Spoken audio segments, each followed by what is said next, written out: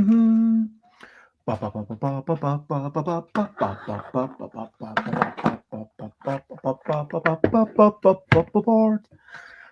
games, it's what I'm talking about. Board games, I'm not gonna shout. I am starting off this morning with a little bit of singing, and I'm gonna do that singing whilst I happen to be streaming.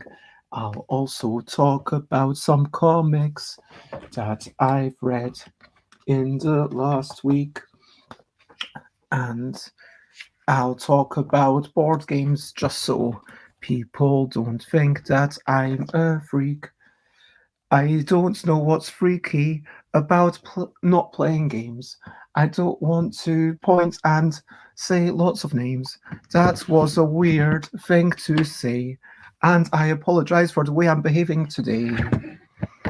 But it's not just board games, it's also board games and comics. It's what I'm talking about. Board games and comics. I'm not gonna shout. I'll be talking about Backgammon. At least some thoughts and as when they happen. And I'll be talking about other things too. But those might be a surprise to you. Also, I've kind of already shown them, so it's not really a surprise anymore, is it? Anyway, board games and comics, it's what I'm going to talk about. Board games and comics. I'm not gonna shout. Hello and good morning. And I hope that everyone had a good Christmas, or if you don't celebrate it, I hope you had a good Friday and a good Saturday. No, hello, Rob. It is lovely to see you. I am not doing card tricks, I'm afraid. I'm going to be talking a wee bit about Rummy. Specifically, Rummy, the way that my mum plays it and the way that a bunch of people play it in Iran. I will point out that whilst I'm in London, I do like to have, my mobile phone used as a camera that can show things that are going on and explain things a little bit more nicely, but there's some really bad internet here, and so I decided to only have one camera, and we will see. Now, I didn't even do a proper intro, did I? I forgot to say that I am BEZ. I'll be blethering about some board games, and if you want to take a bath, be my guest. Today, what are we doing? We are going to be reviewing various things. Maybe some comics. This is some sorts of the things that we might do. Did I? Yep, I did type in Rummy there. That was meant to Waterson. Sorry about that. And cool, says Rob. Well, is that what's all the doing these days? Excellent. I'm down with the happening, kids, eh? But yeah, before I get to that main review section, going to be a lot of I like to sometimes ask myself, what is a review? And it'll be kind of, some of them are just about my thoughts on them. Like with Fruit Spy, it's just my first impressions. I've only played it twice with the correct rules, and my first impressions, basically. Like, if you wanted me to give you really quick impressions, terrible rule sheet, first player's advantage, really cute things, lovely bits, joyous, there's a bit of surprise and excitement over the traps, which really booby traps rather than tools. Up with that terminology. Say what, I'm it, but not as the rules describe. I'm really enjoying it as the same designer's previous game, and it's just a lovely way to facilitate conversation. This will definitely be really enjoying it. Invizabell and Biddell, the two finalists for the competition. If you haven't already played these games and you don't know who designed them, interested in helping judge the finalists or please get in touch and I lend you the rules for those 2 games. I've been playing them quite a bit recently. John Allison, we go around. I've got 4 of the books here. I've got 4 of the books down there. I'm reading 3.5 books over when they are comic books, yeah, but really nice story. It made me laugh out loud sometimes. Good work, John Allison. Hobbes, classic, great. And I only have 2 of the Calvin and Hobbes books. I used to have them, but I got rid of all of them except for the last one. I think it's a little bit more poignant. Surely the last comic where we have the wide open panel. I'm sorry about my lighting, but that open panel, it reflects page possibilities and reminds us, and it reminds us to keep in touch with that childhood wonder. Rummy, and the way my mum plays it, it really feels like it should be a game for more people. It's okay, it's nice. Backgammon, like, it's a way to touch with my dad. It's a way to kind of, be something that, it's a way to pass time together. And what's our games all about? I mean, what is life? I mean, ultimately, something like life is about, at a certain point, there's so much possibility, and where we could go insane. Let me see if it's any better if I bring. Should I put a lamp? Is this any better? Yep, that seems to be marginally better. Okay, so at a certain point, you could go insane with all of it, because life itself, it's just a point of trying to find something to distract yourself with for a bit of time.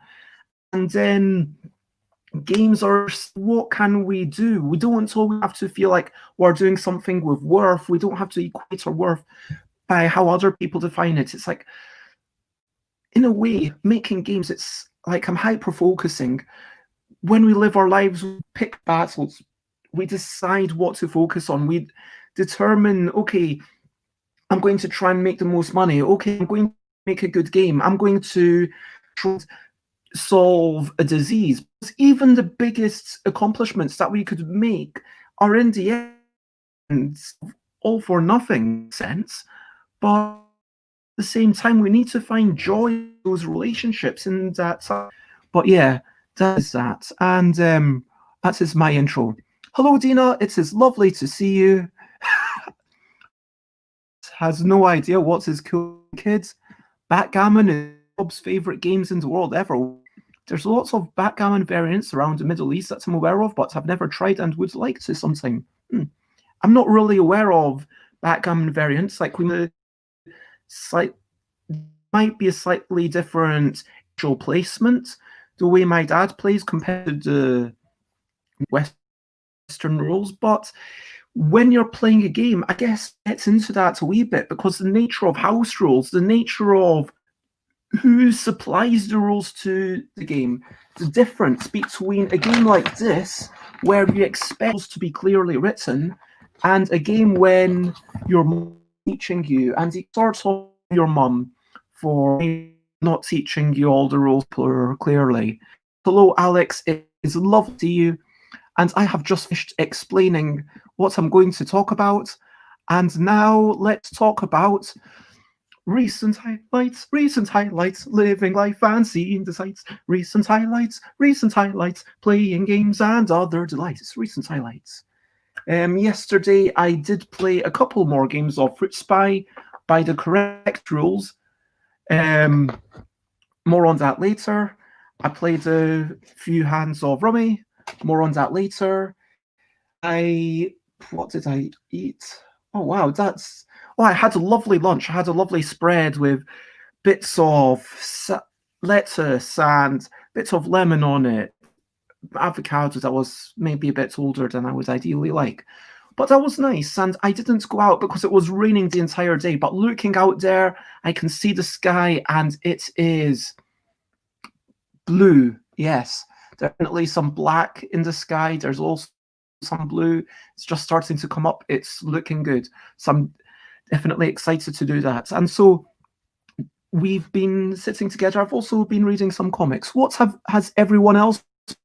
let me know. What have you enjoyed recently? I hope that you've managed to kind of find some fun things to do with your family or with the people that you, if you're on your own, with people or with yourself, or maybe I don't know, what are you doing? Are you having fun? I hope you are. Now, whilst you're typing that out and whilst telling me what you've been up to, I'm going to quickly and think of a brilliant thing, brilliant thing. What's a little thing which is brilliant? What's the thing that is brilliant? Belts. Yeah, belts are pretty good. Belts. Let's go with belts, because belts. Okay, sure, you can connectors that have a bit of elasticity to them. This is quite common in leggings or jeggings or, just pajamas. But sometimes what something that looks a bit less elastic, and then you put a belt on it, and even if it's a bit big, and also belts. It's another way to accessorize your trousers. Do you not? Yeah, let's hear it. Belts are brilliant, and because I, for some silly reason, added an S to that, I feel compelled to think of a second brilliant thing, and that second brilliant thing is going to be, I think I've already talked about windows are brilliant. I think I've not yet talked about roofs, so let's talk about roofs. Roofs are brilliant. I mean, we've already talked about things, but above the ceilings, you need to keep the rain coming off.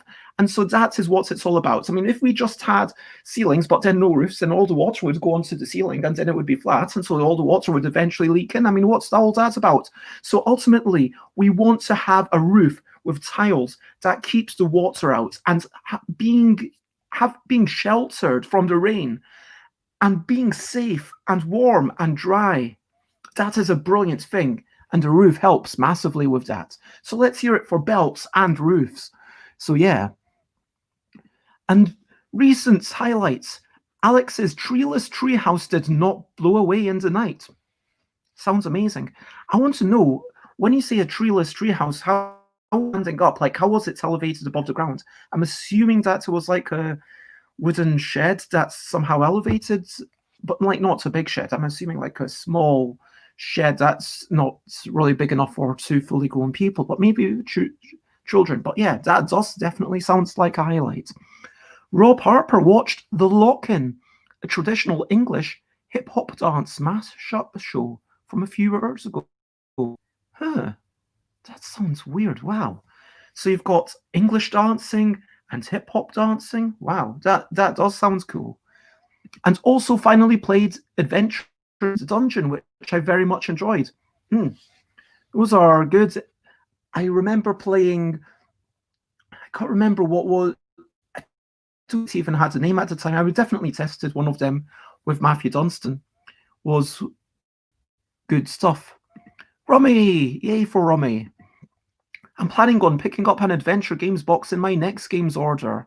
Oh yes, and Rob figures that Matt has been doing a lot more work on them recently, so I want to know more. Well, maybe we can. I know that Matthew, I believe, does streaming every Friday daytime, and we'll have Matthew on again on this show at some points in the future. I mean, it's not like we've suddenly become enemies and we've never to talk to each other. That totally has not happened. I know I sounded sarcastic, but that was my fake sarcasm voice, just to intentionally confuse everyone. Well, there you go. Alex has one to just send off. And so, boom, maybe we could get some trades going. You know, someone had talking about adventure games and talking about unlock. Someone had a thing where, I can't remember who it was. It was someone on my Facebook friends group who said they kind of wrote down their name, wrote down, oh, we managed to do it this time, and this is how long it took us. This is the dates that we did it, and these were the people present, and then sent it off to someone else. And please, if you have this game, just someone else and write down any detail. You could even start writing comments. I think it was literally for them. It might have just been names and the dates, but you could write how long it took you. You could write oh, I really enjoyed this bit. And then it's almost like you're communicating with each other. And that's really fun. And so maybe you could start writing in the boxes, because I think more people should write in box lids. I mean, this box lid has absolutely nothing in it. And I'm not saying go out of your way to deface the box lids, but certainly with stuff that you have to play once and then probably give it away, maybe that's in its brilliant thing, that connection thing, that could become a brilliant thing. So yes. Now I am going to plug my laptop in.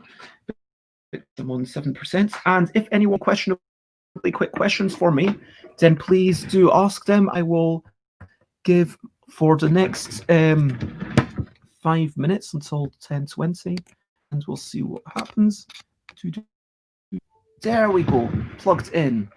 And yeah, plugs are brilliant. And yeah, there we go, starting to happen in chat. That is so lovely to see. And yep, if you, by the way, if you want me to not put up your messages, if you at someone at the start of your message, I will assume if you are putting messages in the chat, I kind of assume that people are happy for it to be public, because it is a public space anyway. And plugs, brilliant. What's a little plug that? Brilliant. I mean, all sorts of plugs are. I mean, the plug for my lights, the plug for my computer, the plug for my phone, the plug for my keyboards, the plug for that CV over. I mean, of plug. Plugs don't even come in different sizes. But yeah, whilst for thinking of what to ask, I will remind people to comment, ask, like, follow. Whilst I'm reviewing some of this stuff, like with Fruits by, oh my gosh, I'll get to Fruiter. With stuff like that, I might ask Chris to kind of snip it after the fact. And so during that, I will try to be epic. Same with the board games. During the comics, like, it's not as if I'm going to put those separate videos there, but I will talk about them and kind of share my Calvin and Hobbes and Scary Go Round and see if anyone likes it. I mean, do you like Scary Go Rounds? Let me know. But the point is that during those bits, I'm going to be a bit more on topic, but I will continue to take questions as their topic. And I want to remind people, of course, that BEZ and Friends Game Day will return on January the 9th. And we are going to have Alan Paul doing March of Progress, Eric Slauson doing Monstrosity, Rowan doing Scora. Oh man, I'm so sorry. This is so embarrassing. Who designed Scora? I should know them. I really should. Rory Mama Mia.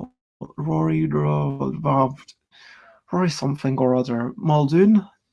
Oh, yes, it says Rory. On Board Game Geek, it's listed as Rory Muldoon and Rose Atkinson. I think that's basically because Board Game Geek is severely limited in terms of it doesn't have any developer credits, and here, you know, with all due respect to Rose, I don't think Rose could claim to be the designer for that game. And this is a problem with Board Game Geek not allowing full credits. Anyway, back to the questionably quick questions. Let's see if anyone has some. And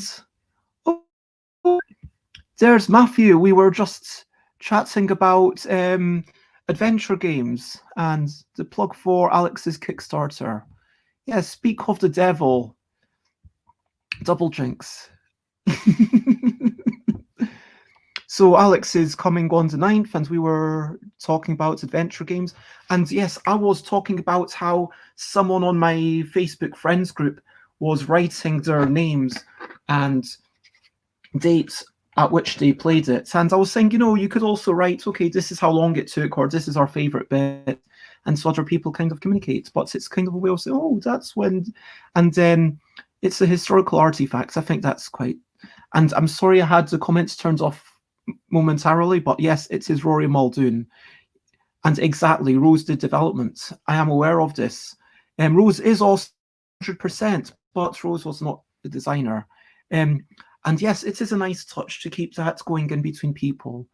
Oh, wait, was that you who was saying that you had done it?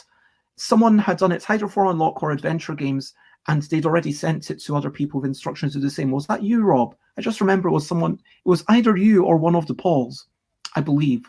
It was someone in kind of Rob, Harper, Alan, Charlie, Paul kind of friends group. Anyway, that is the questionably quick questions. You are very welcome to lurk. It is lovely to see you, Matthew. And I am going to be reviewing a bunch of board games. Reviewing, I basically mean give my thoughts on things. And yeah, whether it's a review or not, I'm not going to, yeah. Okay, I have one question, quick question. What would I do if I discovered a bag full of photographs in a park? Okay, so we're assuming that I found a bag and then it's a bag. I would not be opening a bag. I'd think, oh, maybe this is a bag full of feces. Maybe it's a bag full of weird stuff. But maybe it's on a bench. Maybe I will look inside and then maybe I see these photographs and I see that it's clean. So I'm not too worried. Maybe it's a very clean bag, so I'm not kind of grossed out by it. Okay, so I'm trying to get myself into the mindset of what's going on. I'd be like, wow, I'd start looking for all the photographs because I'm a nosy person. That's what I would do. My first thing would be to look for all of them too. And then my second thing would be to think, well, this is probably valuable to someone. Are there any clues? Can I connect these photographs to can I put up, photographs missing and signs, and then, maybe I would actually print out a thing to say, photographs, if this is you, then please get in touch. Would I be happy to put up my paper on a lamppost though? Now I'm thinking about it. I'd have to think about this for a bit longer. I'd probably solicit opinions on how to get the photographs back to their original owner, because I'm thinking if I had hard copies and I had left it somewhere, I would be devastated. So I'm just thinking, I would look through it and be nosy and enjoy the photographs. Maybe they're nice photographs, maybe they're weird photographs, maybe they're personal. And I mean, if they're intensely personal, well, that you shouldn't have left them in the park. And then secondly, I would try to get them to the person. Okay, that's a good question. Now, I am still in the UK. I am in the middle of Scotland. I'm in Glasgow. It is 10:23 a.m. And now let me get that off. I will give you some thoughts on Backgammon. Wait a minute. Actually, before I do that, I had a quick song. So there's two options. Either I do a song right now. It's a song about a game, and I tell you need to guess the game. It's normal rules. First person to guess it gets 1,000 points. Second person to guess it, and every other subsequent gets 500 points. Do not guess twice in a row. I could sing that without my keyboard. Apparently, they're all nice family holiday photographs, except for one, which is a photo of Jeremy Sushi. This is a weird scenario. Wow. I agree. Alex does have a very strange. Okay. Give me just 30 seconds. I'm going to get my keyboard and pop it over here. Over to the side so it doesn't spill on anything. And backgammon board down there on top of the bin. But don't worry, it's not actually in the bin. On top of the bin. Okay, I guess is that enough? Yep, that's just about stable enough. It's not going to fall over in the next 2 minutes. And hopefully not to the next 5 minutes either. So, is everyone clear on the game guessing rules?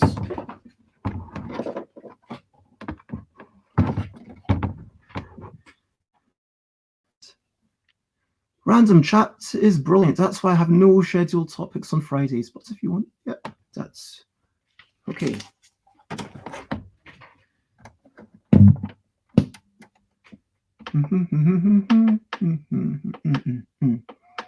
Okay, so this is a story about you might say it's a jackpot. You might say it is hot. You might say many things so you rhyme when you sing, but maybe you'd rather not. There's a future I've seen with a bean, and it's inevitable that I'll either want or have a trade for this van. You might say it's a jackpot, you might say it's a lot. There are many things, so you can rhyme when you sing, but maybe you'd rather not. One thing can seem strange, you can never rearrange any of the cards, but they all have to come down in the ground. You'll have 2 plots of blood. You might say it's a jackpot, you might say it is hot, you might say many things. You might say many things, rhyme when you sing, but maybe you'd rather not. Are these serious guesses? Okay, I guess it's time to really shout the final clues. Same person who made Agricola, but that's another matter for a person who can say it's a game for a completely different day. And that is the game, and I'll go on for another minute of this song, and people have guessed, and which guess is best. And now I'm gonna stop. I should really make these songs a little bit longer if I'm going to give people 2 minutes from the first guess to guess the correct thing. So you've had a few guesses, and let me now turn that off.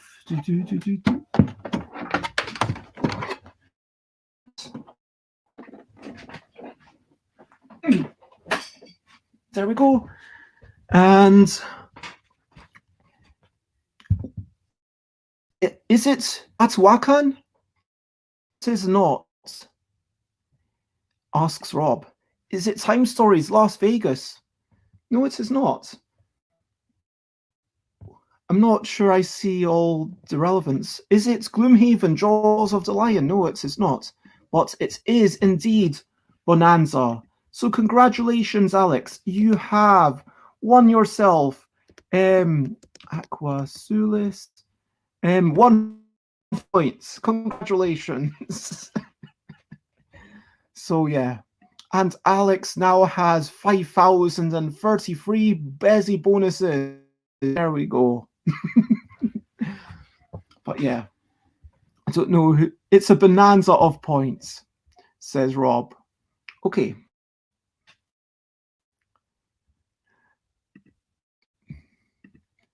Now, let me. Where's my. Okay.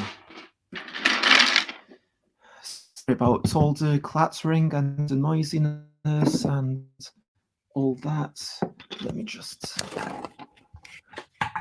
do a tiny bit more clearing glitch, except I should have done a bit to go, but now you can see my back.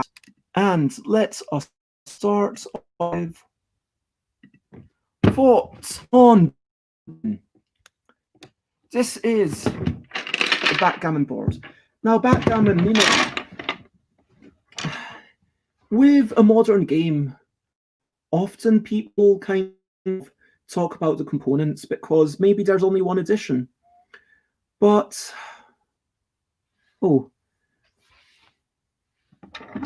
okay, fine. Let me pause this for just a moment. Okay, and make up a story about the viewer and the closest object to you. Invent story about viewer and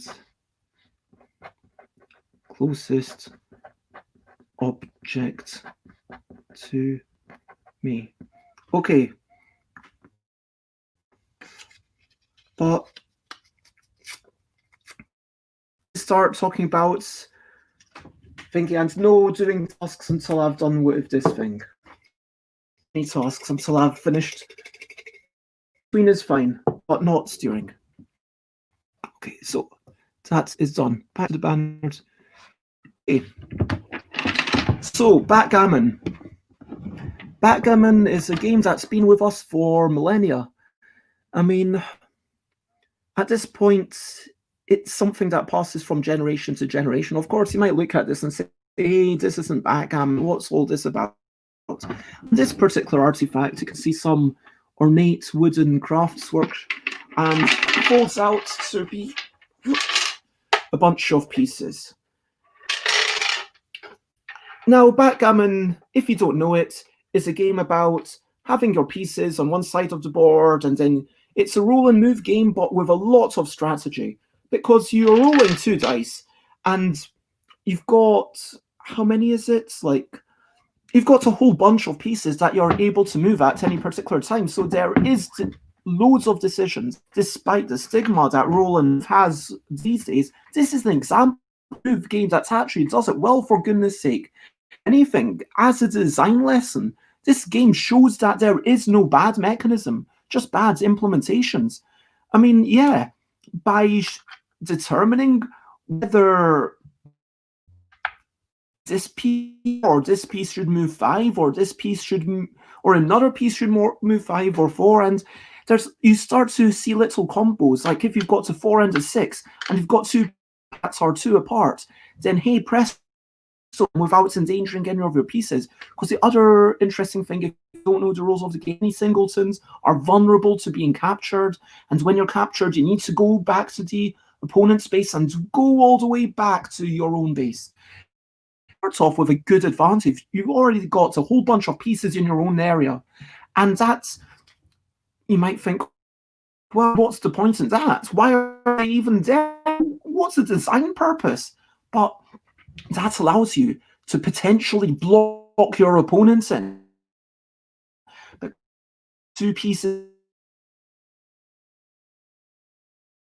base, maybe if you plonk them down, bloop, bloop, bloop, then you could lock them in and say, boom, in your face. Now, it doesn't normally happen that way. Normally, if you go all out for those big, exciting moments of filling up your base and getting your opponents off on the side where it's literally impossible for them to do anything, yeah, sure, that can happen 1 in however many games. But one of my siblings who tries for that all the time inevitably loses as a result. So what do I love about this game? I love and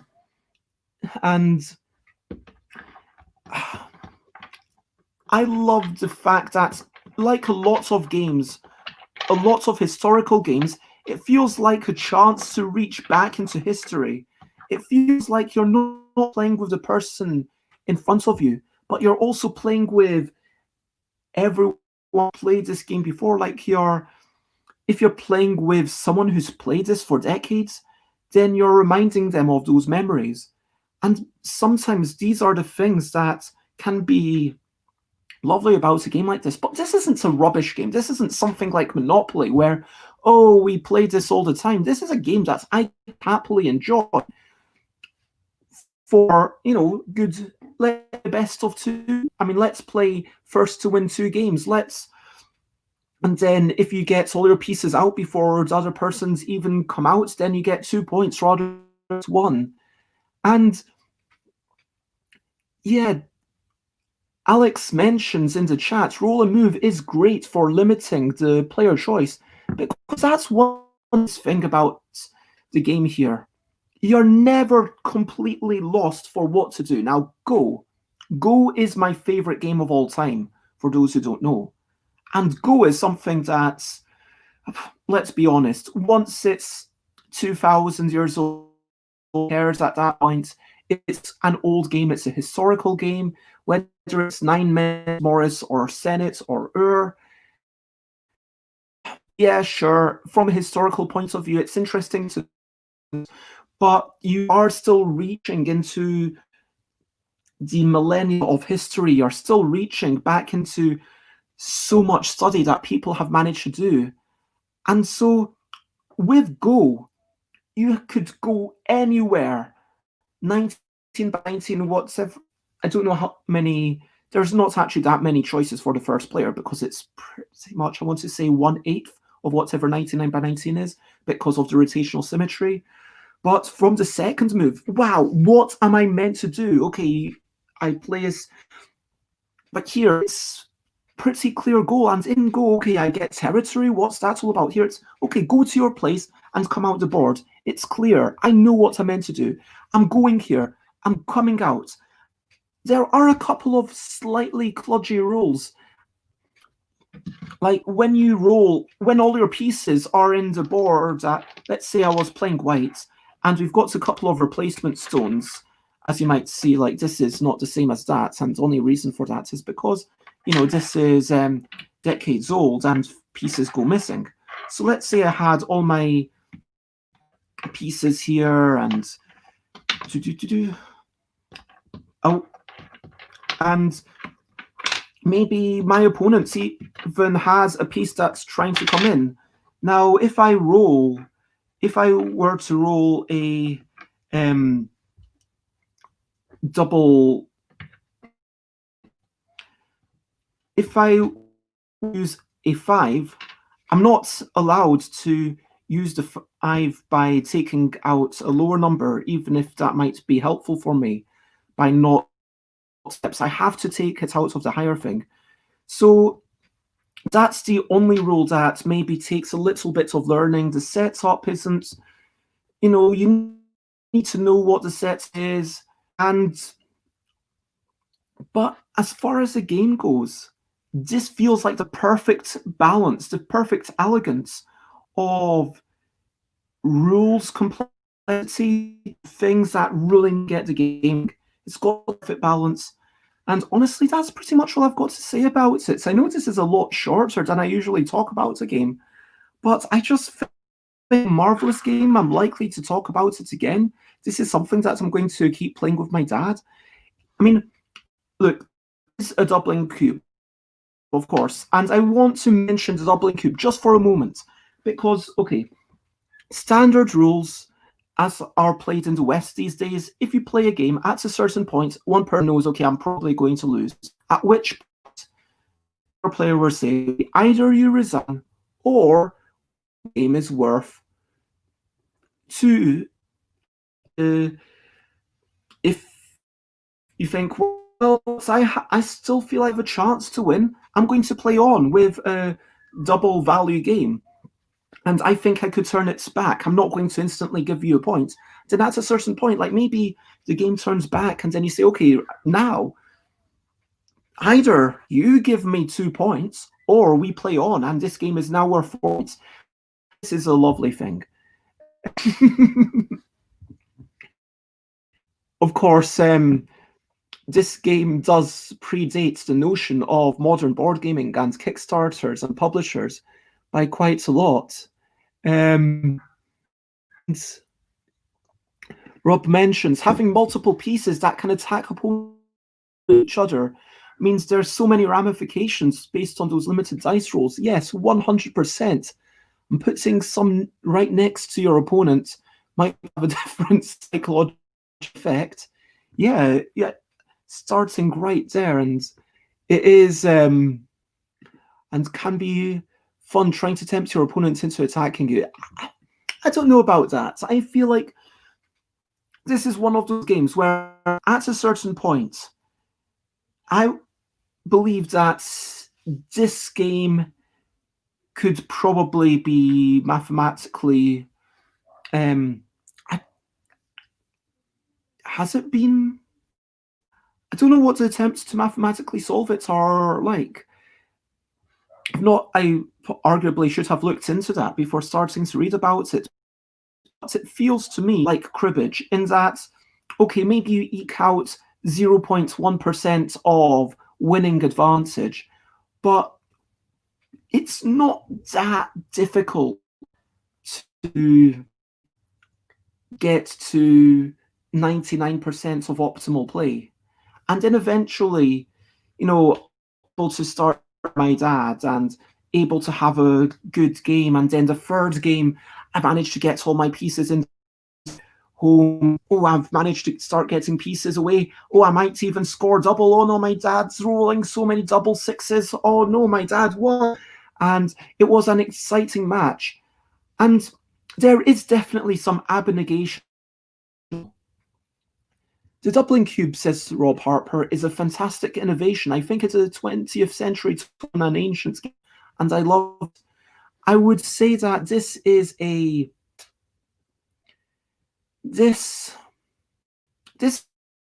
thing that almost curtails that abnegation, and it turns it into a totally different game. I would say that with the doubling cube, it becomes a game of probability analysis, of really understanding your likelihood of winning from any given position. And so you have to do a lot more. Whereas with the old style of game, okay, sillier, and if someone loses double, then they lose double. And it's more of a thing that you do to pass time and spend a few minutes together and maybe remember memories. And isn't that what the game is all about? Now, truthfully, if I would much care to introduce this to anyone, I don't feel like this is the type of game that I would personally go to. There was a backgammon board, be like, hey, Jess, let's play backgammon. I mean, there is enough luck in it that for a non-gamer, that high luck quotient could actually be enjoyable. But is it going to be a game that I am super excited to teach to other people? Maybe not. Maybe it's just because I come to it from a perspective of it being the one game that my dad was able and willing to play. The one game that my dad was always wanting to play.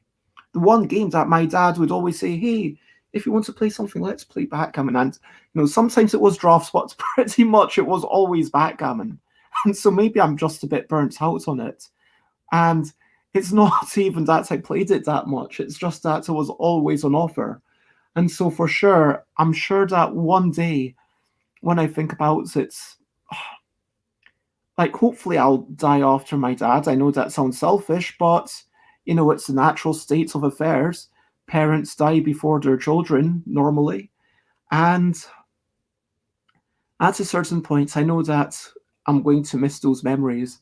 I'm going to miss those memories of us coming together and playing backgammon. And,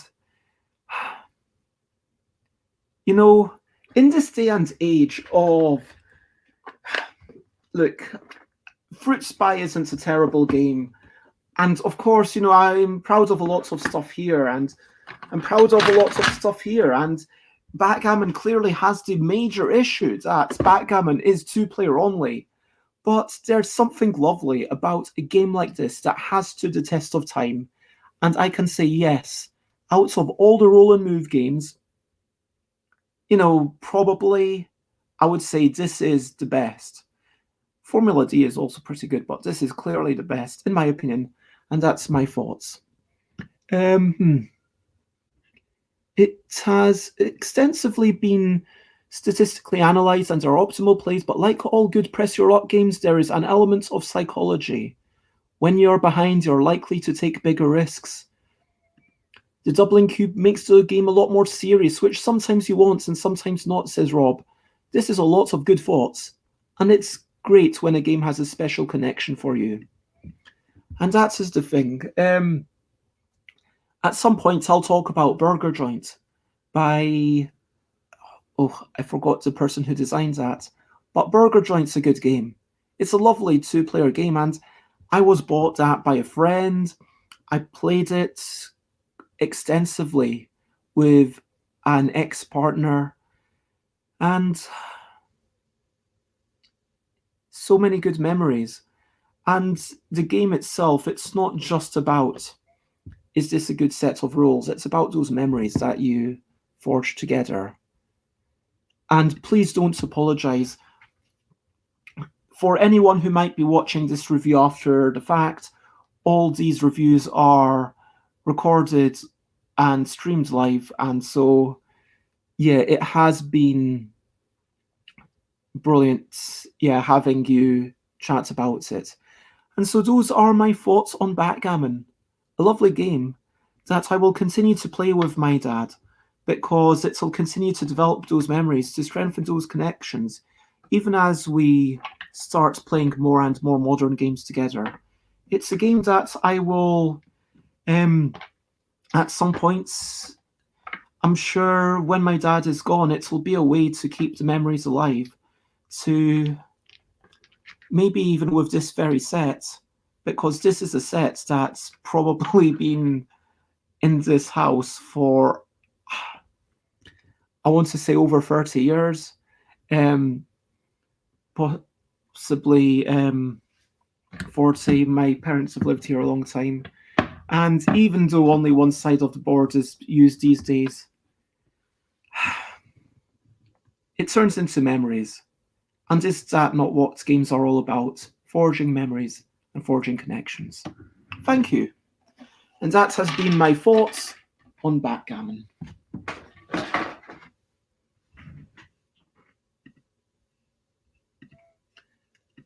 Quickly, hello, Xate. It is lovely to see you. Boo, boo, boo, boo.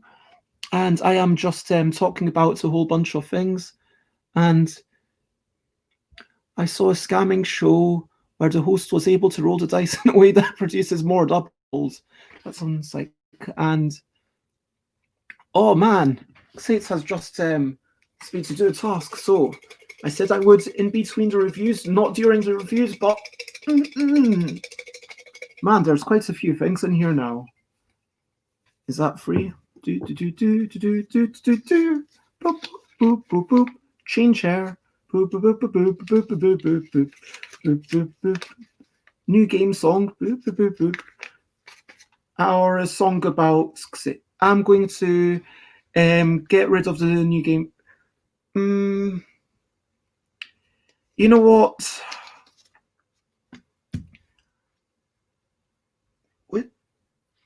I don't... So you either get to... Yeah, I'll let you pick from all three of them. I do normally get to veto one, but I just can't decide. So you get to pick from all three. So either a song about Xate or a song about a random game, but it won't be for full points because then that would turn into an infinite loop. So we're going to go for a quarter point, or I'll change my hairstyle somehow. I did, but there's no reason why I couldn't do another. And yeah. So what's his Xate's one count?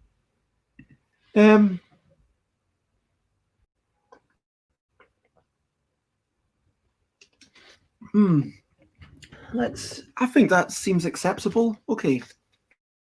So the song about you can nominate someone else. Man. Okay, so we're going to, for some number of minutes, have a song about Alex. And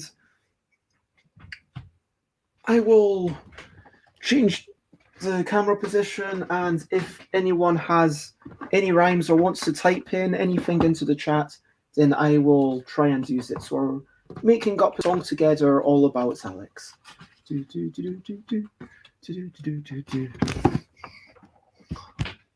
And we'll see what terrible rhymes I come up with.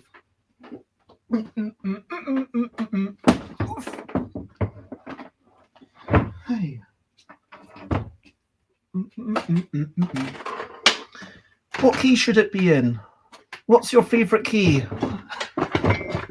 Oh no, I just dropped over a bunch of bits of paper. At least I didn't drop the water. That would have been worse. And maybe I will put these things here. Man, I'm only here for 1 week and already things are a mess. Okay.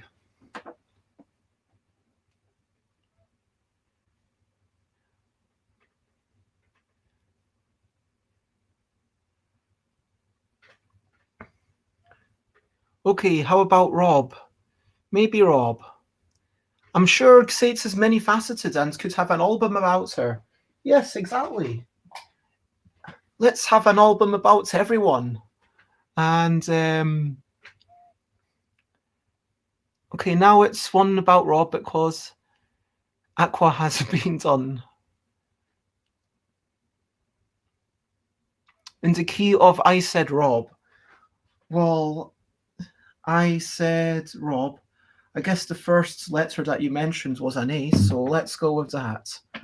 Come on, give me a chance to catch up with chat sometimes. For goodness sake, people. Minor or major?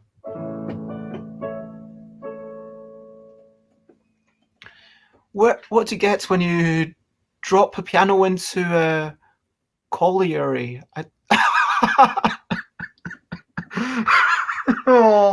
Oh man. Okay.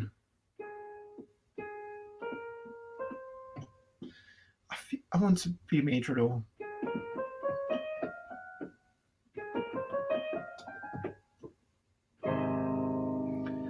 Okay, so we've dropped a piano onto an army base, and that way it's A flat major. There we go.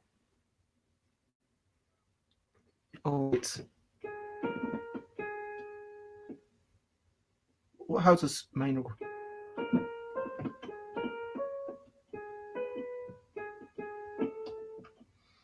Yeah, I can't remember A flat minor.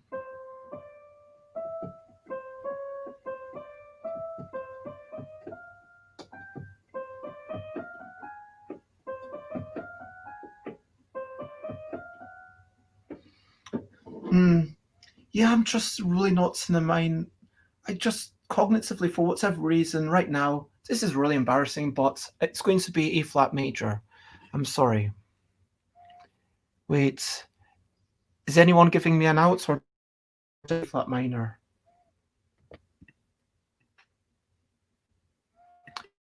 Oh.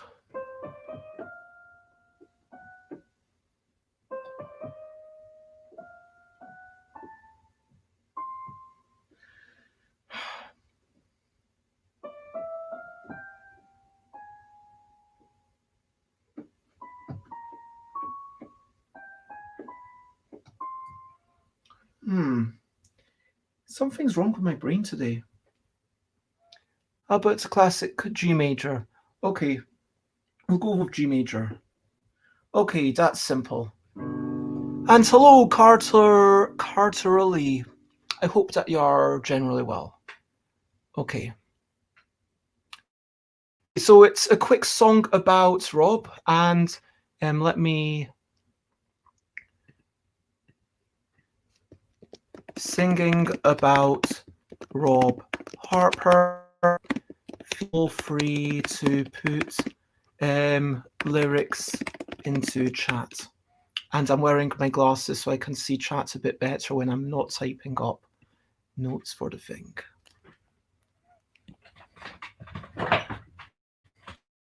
And thank you for admitting that. Okay.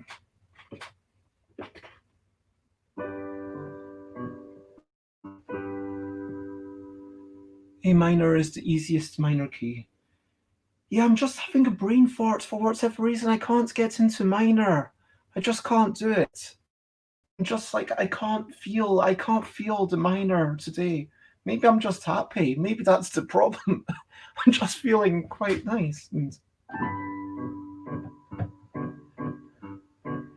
I feel like we should all have a bob along. We should all sing a Rob-ish song. We should all be in a major key. Hello, Mr. Man 9229. This is a song for a friend of mine. This friend is called Rob. This friend does a bob. I've not seen Rob dance. But I've not seen Rob dance. I've not seen Rob prance. I've not seen Rob listening to electro or trance. But I've rarely ever seen Rob when he dreams, by which I mean I don't watch Rob when Dora's asleep because that would be slightly creepy and I don't break into Rob's house. I enjoy the Rob's games. I can't remember all of their names, but there was an invasion about a situation about anti-colonialism. And it was quite thoughtful and wonderful. We all enjoyed this with other people back in the days when we could all get together and enjoy a game of whatever with Rob.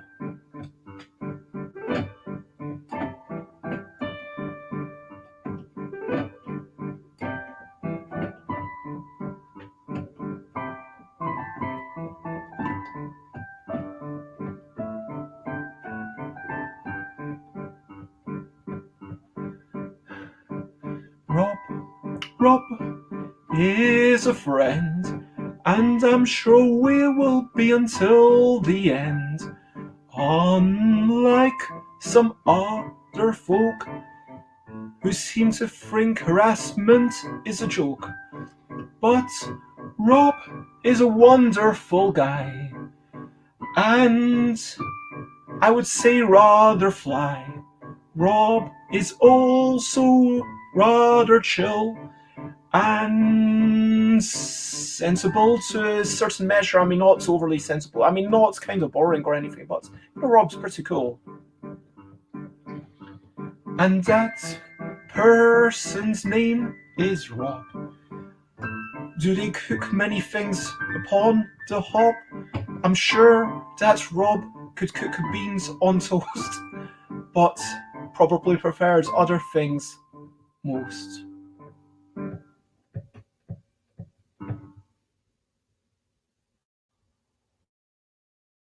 Okay, so that is a quick song for Rob, and thank you to wonderful moderators. And yes, I hope you enjoyed that, Rob. Sorry it wasn't more thoughtful, but whoops, let me unplug and.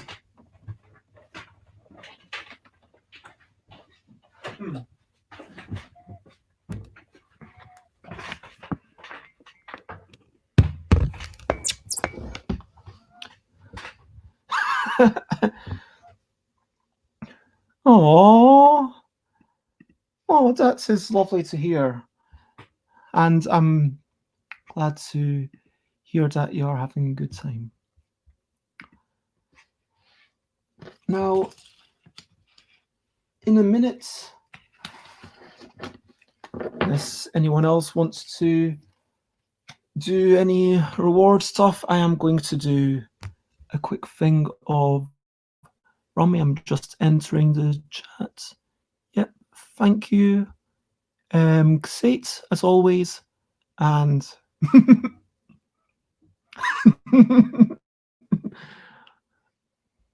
but yeah, you plus Rob plus me equals love. If so, join us for the crew today.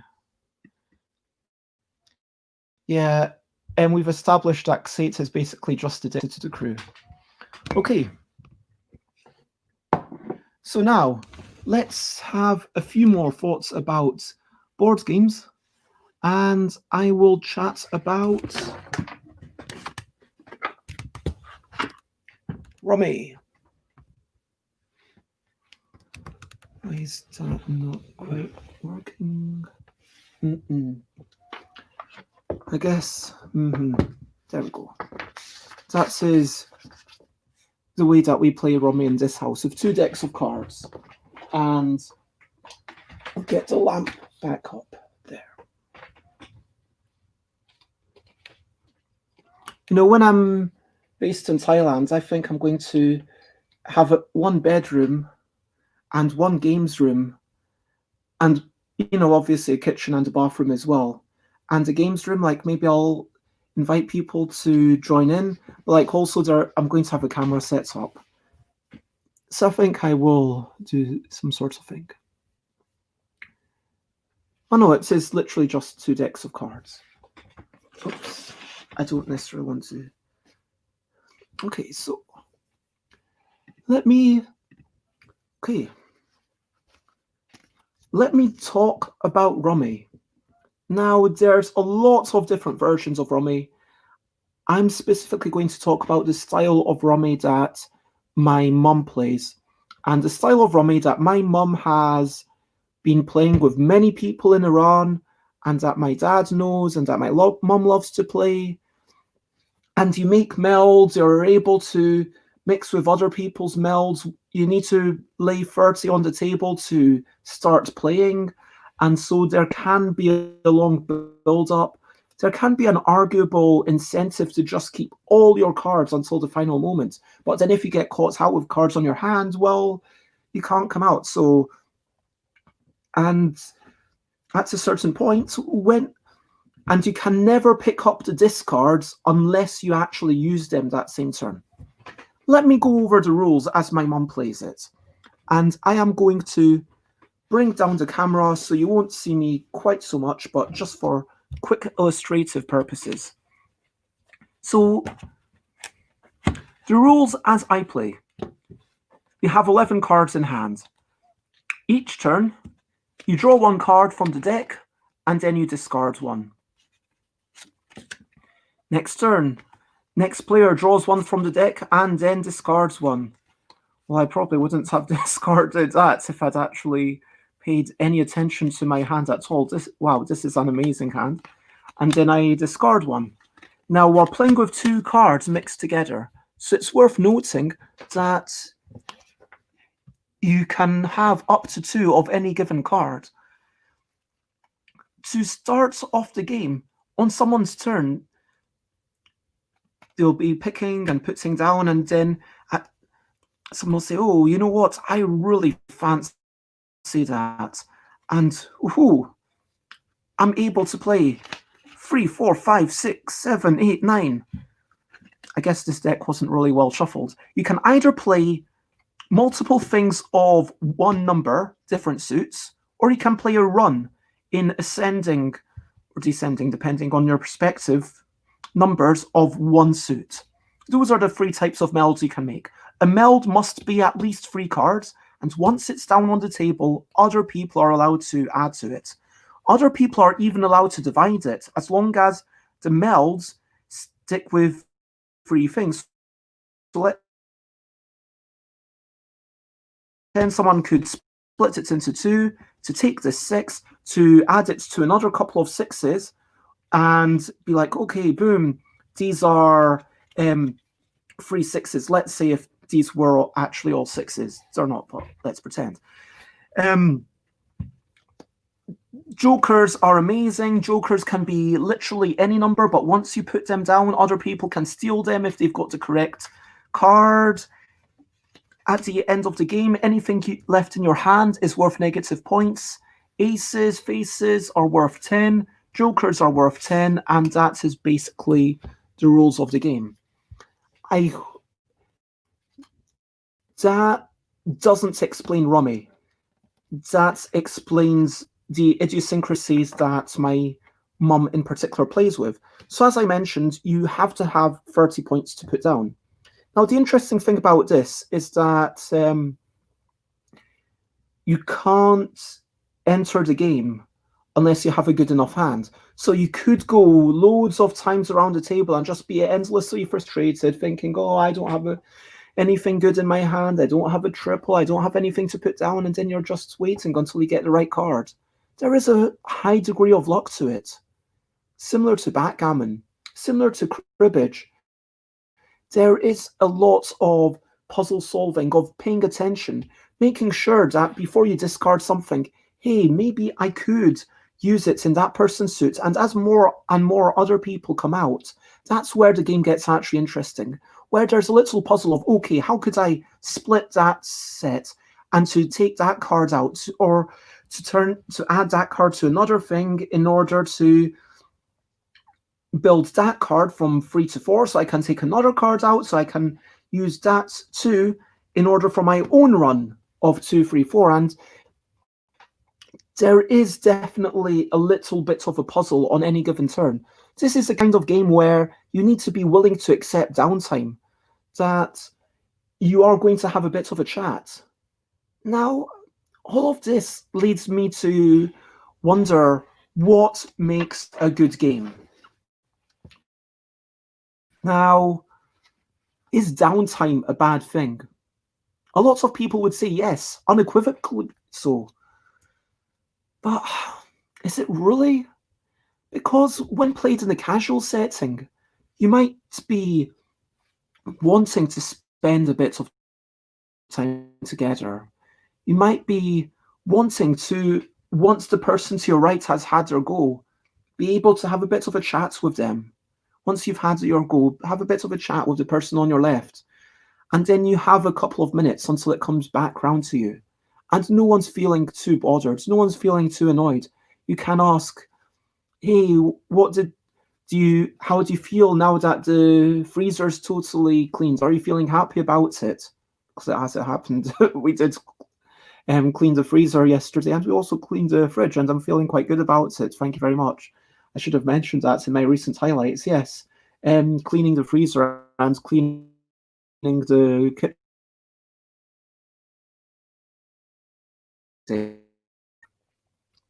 Point is that this is a game for social settings. This is a game that, with higher player counts, you have more melds on the table, you have more to analyze, more of a puzzle to explore. This isn't the type of Rummy where you just play what's in front of you and you make your own things and then you forget about it. This is a Rummy where, as more things come out, the complexity goes up. Now, it's never that high. And it's never what someone might call strategy, or never thinking, oh, if I do that and that, well, then there's a chance. I mean, okay, there's a little balance between when do I put down my cards from hand, when do I not, because to some degree you don't want to let other people know that you're about to go out. There is some pride and some joy in the, oh, I'm getting everything out, and like putting down more than 5 cards in a single turn. But it's a game that it provides interesting moments. It brings people together. And to some degree, Rummy played this particular way. There's a good amount of puzzle solving. But the reason why I love it, the real reason why I love it, is just because it, again, like Backgammon, is a connection with my dad going back many, many decades. I'm not going to reveal the age of my dad, but this is similarly a game that my mum was taught by my gran, and my mum would play with big groups. And now with people who are, almost 100 years old and getting together and sharing those moments and having those little puzzles. That is pretty much my thoughts on Rummy. It's not a big thought, but yeah. Alex mentions that they play gin rummy. It's like normal rummy, but with gin. As a glass of water.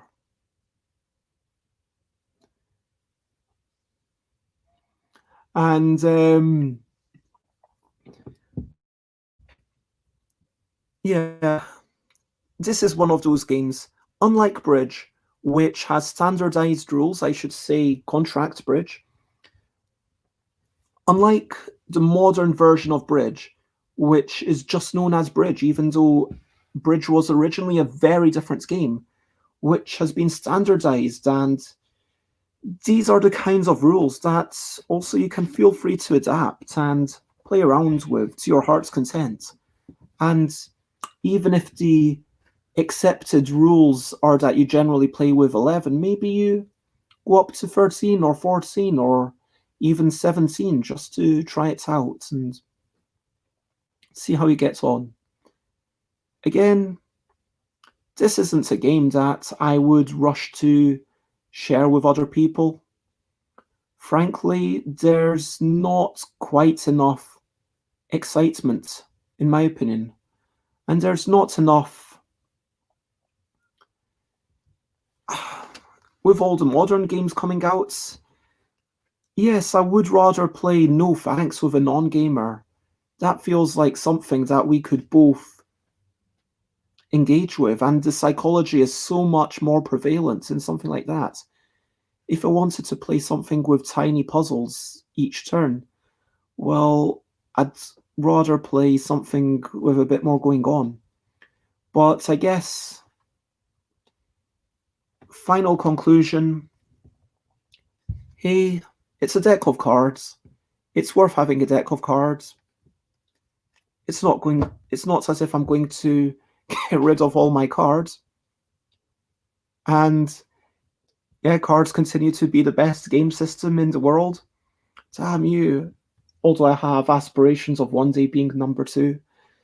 And this is, I'm aware of course, we've got, I'm trying to remember the designer now. They were on Ludology. Very made Baseball Highlights 2020. Yeah, Mike Fitzgerald, that's the one, thank you. Mike Fitzgerald, wonderful designer, and I have not personally tried Mystery Rummy. I would like to try Mystery Rummy, and maybe that's a thing that we could try out with the family. But I agree, and that's what it's all about. Just having a relaxing, shared activity with the family. And sometimes it doesn't need to be the best game. It's just about asking, what do you know? What's simple for you? Even if you are... Even if my mum is able to play this game and engage with it because of the memories, then it basically allows us to spend some time with each other at the table. And that, again, is what games are all about. Thank you.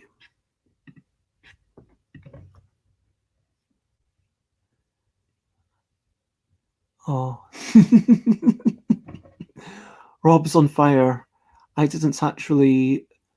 Not all the emoticons show up on here. Oh, they finally have. Rob's on fire! Send water! And there's a... It looks like the Pride flag, but with France. It looks like kind of, but with 2 islands on the left. I don't know what that's actually... Pride paint is the name of that thing. But yeah, that is my thoughts on as the meth way that my mum plays it. Not a great game, but yeah. That's it. Like, does it have to be? I mean, I feel like I'm repeating myself, but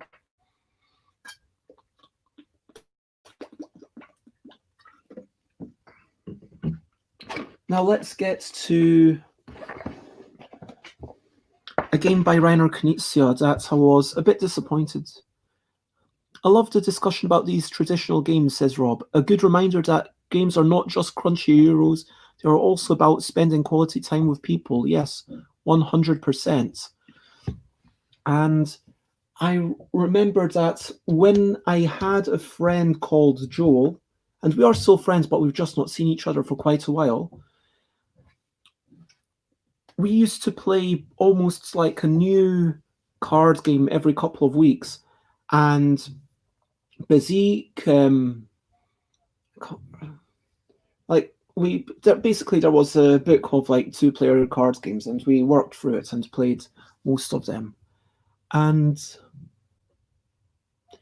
oh no, I hoped I'd missed the Knizia letdown game review. It's not actually as bad as I thought yesterday. It's actually okay. It's not terrible. I'm no longer angry about this game. Are you just really not wanting to hear negative reviews? Is that... I'm not sure whether to take this as sarcasm or not. First impressions. Okay.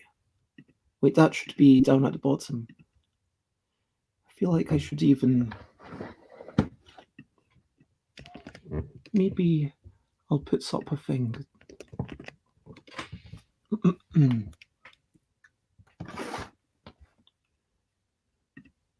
No, I just felt like I'd covered it adequately. Oh, no. But it's actually not terrible. That's a surprising thing. It's totally not terrible at all. It's adequate.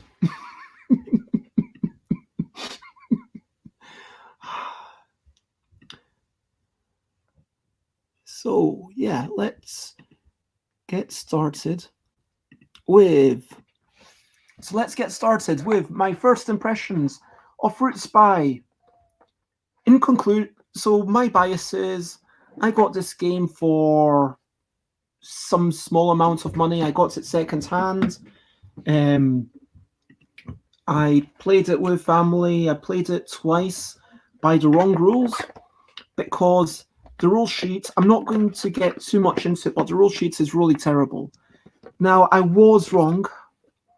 I read the instructions twice, and somehow I still missed a bit, because it feels like the most important rule of the game is like the last sentence of a long paragraph. And sorry, look, calculate the distribute tokens. Strongest player, blah, blah, blah, blah. Daily is distributed as a token of yum yum value 10.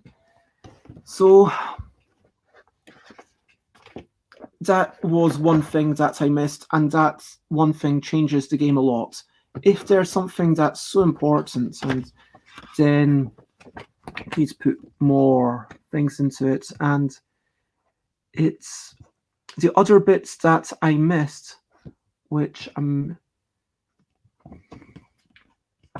so arguably the farmhouse with Farmer Papa is not counted, which is part of the tie break, but the actual rules are the farmhouse with Farmer Papa isn't even meant to be distributed.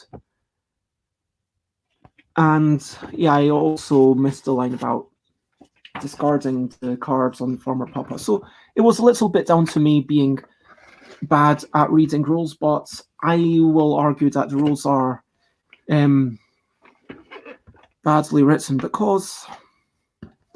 But I am happy. Anyway, so yeah, that is my bias. That ostensibly you might say BEZ is just really bad at reading rules. Now, the way this game works is you've got a bunch of tokens.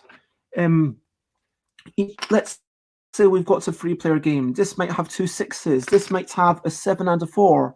And anywhere you want, you place a card. So I might, if I'm playing purple, I might put my card here. They go face down, and then red might put a card here. And then I might put down a card here. And there's only one face down card on any given section.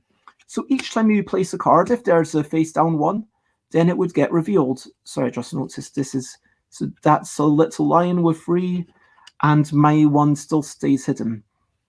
Now let's say the lion goes here. Let me try and find it, and reveals, oh, I've only got to 1 now. I'm thinking, okay, maybe the lion's got a big value thing. Okay, I'm going to put down a big card here. Okay, I'll put down a 7. You don't know that, but oh, the lion's just got a booby trap, and my 7 goes away. Basically, it's area majority. The person who's put down the highest numbers gets the best token. Second highest gets the second best token. And in a 3-player game, third highest gets nothing. And there's also these booby traps, which kind of twist it a little bit and essentially mean that the next cards to go down on an area get kicked out of the game. There's also these 2 figurines, or I guess I should say cardboard cutouts, which are super cute. Little Farmer Papa, as they're called, going and wherever Farmer Papa ends up, all those tokens get removed and they aren't part of the game. So whoever tried to put cards wherever Farmer Papa ends up, those will be wasted. Conversely, Daily, wherever Daily ends up, Daily is a 10-point value token, essentially. Now, this is an interesting part of the game because suddenly, whenever a number is revealed, the figurine moves. So Daily's still here, sorry. And Farmer Papa moves clockwise, Daily moves anti-clockwise, and you're trying to think, okay, how can I get Daily to be in the spot which I want? How can I get Farmer Papa to be in the spot to mess up my other opponents? And there's definitely a game there. There's definitely actually something interesting there. It's fairly random. It's fairly light. It feels like there's probably a strong last player advantage because the last player will, last player is always going to have the final say of where these end up moving to because no one can play it. Now, if one of them makes it all the way around, then hey presto, that's the early end of the game. That's a possibility. And with the desire to move these people around, I can actually now see how that would happen. This game for me is a case of I'm sorry for everything I said yesterday. I was completely wrong. It is not a terrible game at all. It's just that the rule sheet could be a bit better, and I was personally struggled interpreting the rules. I think this is a fine game for a younger crowd, and I would happily play it, take it back home and play it with Chris and McCall. I think they would enjoy it. It's a game for 3 to 5 players. I think that, the characters are cute. This was previously published as a pirate version. I agree with Z Garcia. Like, this seems a wee bit nicer. It feels a wee bit weird how in the manual it says, oh, the animals don't like violence, so as soon as they have these tools, they'll run away. But still, apparently they don't like violence. But then in one of the numbers, there's a bomb. And then in one of others, let's see, there's a massive tank. And why is that only a 4? Anyway, and yet it's the frying pan that makes other people run away. It's the frying pan that makes other people scared. That makes absolutely no sense to me. Anyway, that's not the point. It's not meant to be a thematic game. It's just meant to be a silly kickabout game. And honestly, for that, with the wrong rules, it was a terrible game. It was like 3 out of 10. Now it's actually 5.5 out of 10. 6. It's a quality game. I'm feeling like I would happily play this again if asked. I would happily play it again. I would send it to someone and not feel bad about it. I know these are not exactly the most glowing, this is not the most glowing review, but yeah. Comments and I'm going, it does look cute. I agree with you 100%. And yeah, that is my first thoughts on the game. And I say first thoughts because, as I say, I have only played it twice with the correct rules. I played it twice at 3 players. I'm probably going to play it some more because it feels like, even though there might be a strong last player advantage, it feels like there's enough joy. And the best moments of this game is when you're wondering, have other people put down those booby traps? That's a fun moment. Trying to get Daly to be where you are, that's a fun thing to ponder. Trying to get the farmer to scupper the other people, that's interesting. And so yeah, I think that this is a kind of game that maybe a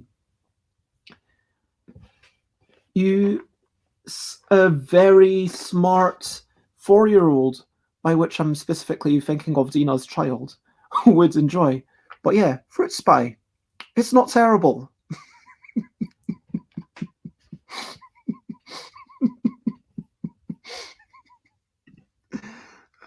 Sorry. Yeah, Fruit Spy, it's not terrible. What's the conclusion? Oh man, that's damning it with faint praise, I feel. But no, it's genuinely, it's like, let me honestly, yes, it's damning it with faint praise, but honestly, like, there's something lovely there. There's something cute. There's something joyous, and yes, the graphics go a long way. But yeah, that is my thoughts, and I will play it again.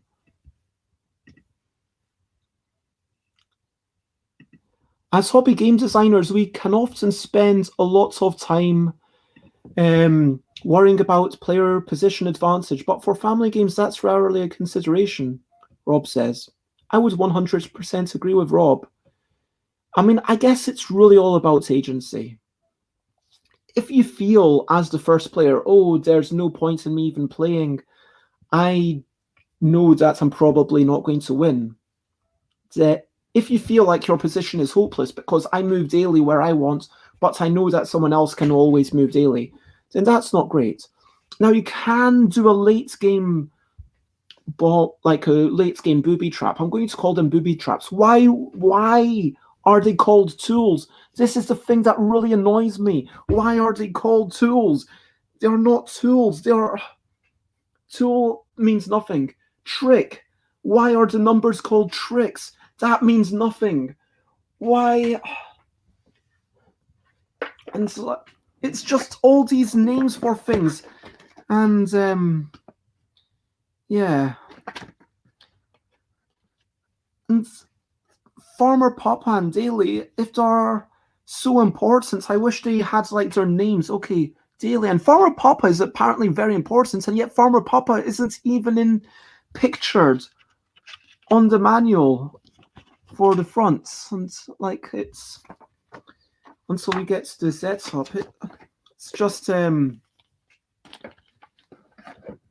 the yum points. Why? Okay, and sorry, that does still annoy me. I'm still annoyed at, maybe I'm projecting. Maybe I just found it difficult to understand the game, so I'm taking out the game. Maybe I was the one at fault. There are 2 people responsible. There's the writer of the rules and there's the reader of the rules, for sure. And in this instance, I can accept that if I had read it in ideal conditions, if I had nothing else to do and was like, okay, you are locked in a cell, here, have this for 1 hour, then yeah, I probably would have gotten the rules correct. But for a family game, I still... Anyway, I've already talked enough. Yeah, that's the main reason for oldest younger player goes first. Yep, I was correct. And maybe everyone needs to learn German and play the original version of the game with decent rules. That's a possibility, but it's not from a German publisher. It's Jolly Thinkers, who are mainly Chinese. I mean, Jolly Thinkers, who did... This is their third game. So the first game was like the pick a series, like pick a pig, pick a dog, pick a seal, pick a bear. And then their second game being Bucket King and Bucket King 3D. And then this was their third game, which I guess they were quite happy to have Obst Spion or Fruit Spy or... Sorry, I can't read this, but I assume that means the same thing. But yeah, it's fine. It's fine. Okay, that is now actually the end of my review.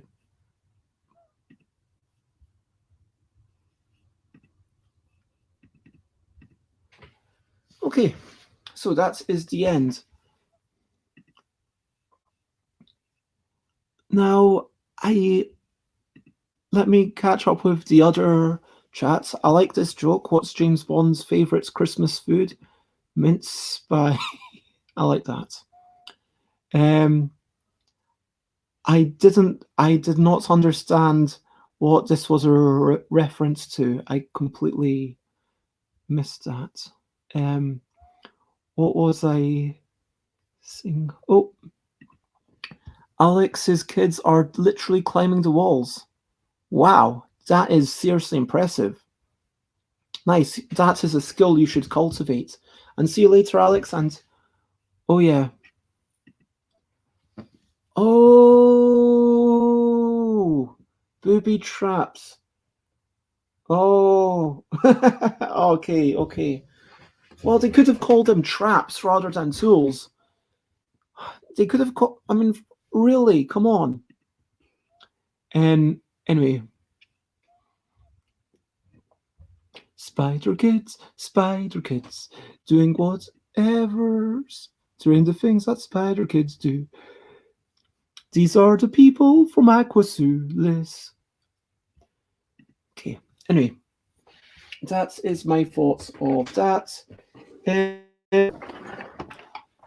Let me give quick thoughts on...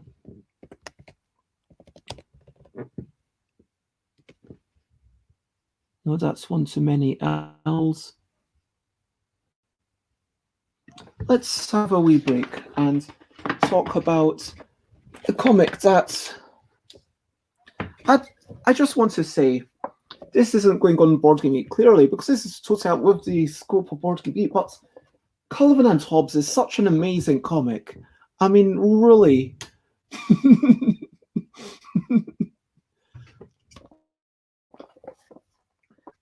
As I said at the start, I've read all of Calvin and Hobbes. I had all the small volumes and then expanded to all the big volumes, and at a certain point, I tried to have less stuff on my shelves, especially, well, it wasn't so much less stuff on my shelves, but just trying to make space for Edge magazines and more other comics and books. But you need to think, what is valuable to you? And Calvin and Hobbes by Bill Waterson, I think, is a wonderful, wonderful thing. There's an economy of lines that I think is beautifully done. Every line matters. Every shape. When there's a stark black element, it's because we need something. If we have No line is wasted.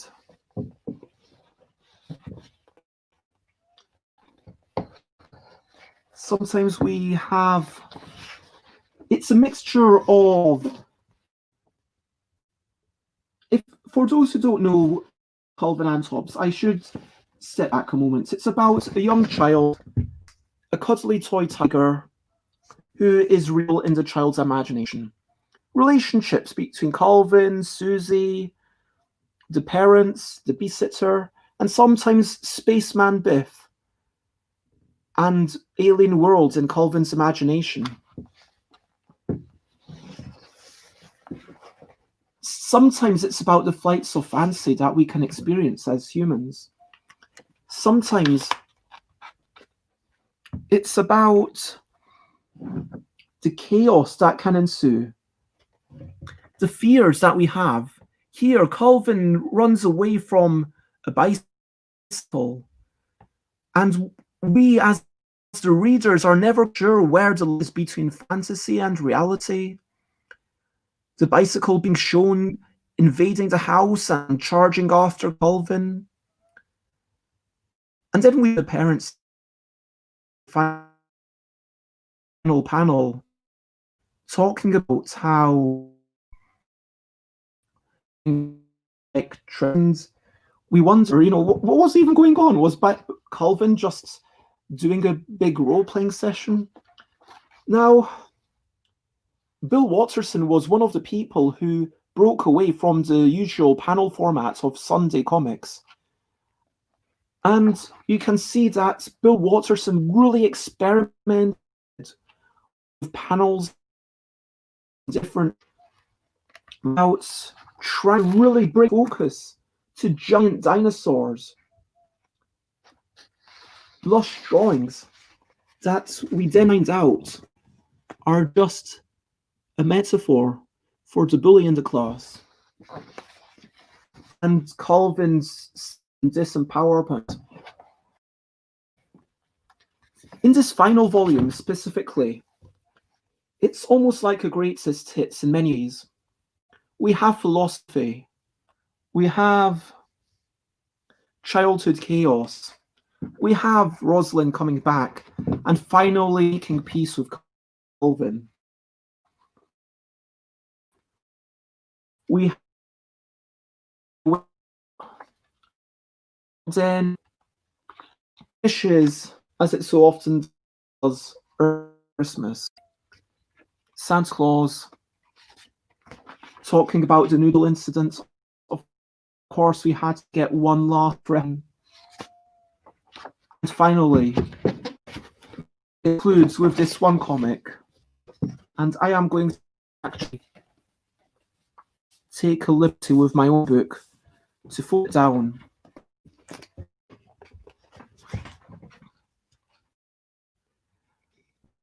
Wow, it's really snowed last night, isn't it wonderful, says Calvin.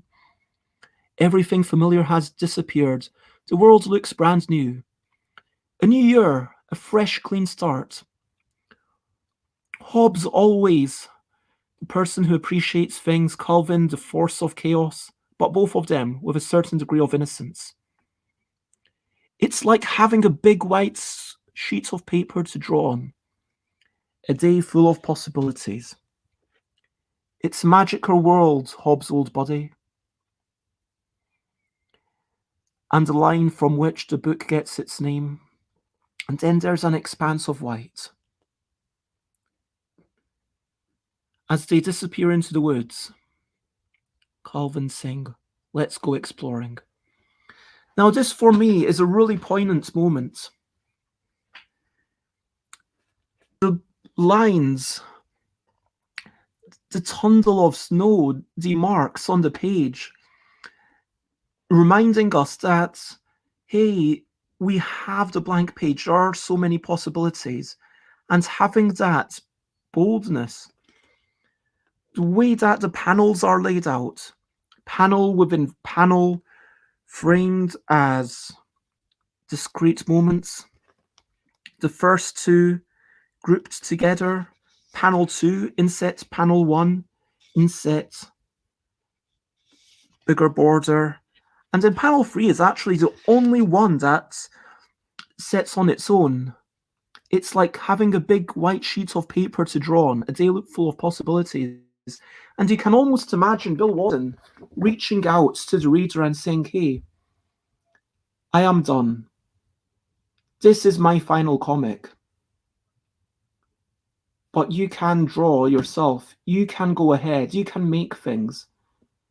You have the world at your fingertips. And maybe for Bill Waterson as well. For Bill, it was a new start. Bill, I hear, has been doing paintings and literally destroying them, enjoying the art of the painting and never wanting to commercialize these things. There's a certain beauty in that, and I know some people are a bit disparaging of it, but even so, I feel like this shows Bill Waterson at the end of their career, and I think that this is a wonderful book. Yes, I'm biased because I grew up with Calvin and Hobbes, but I would still cite this particular book. It's a Magical World. If you are to read Calvin and Hobbes, just start with this. It's a good one. And yeah, does anyone else read Calvin and Hobbes? Is anyone else a fan? I don't know. Are you people interested in my thoughts on comics at all? I mean, whether you are or not, I'm going to...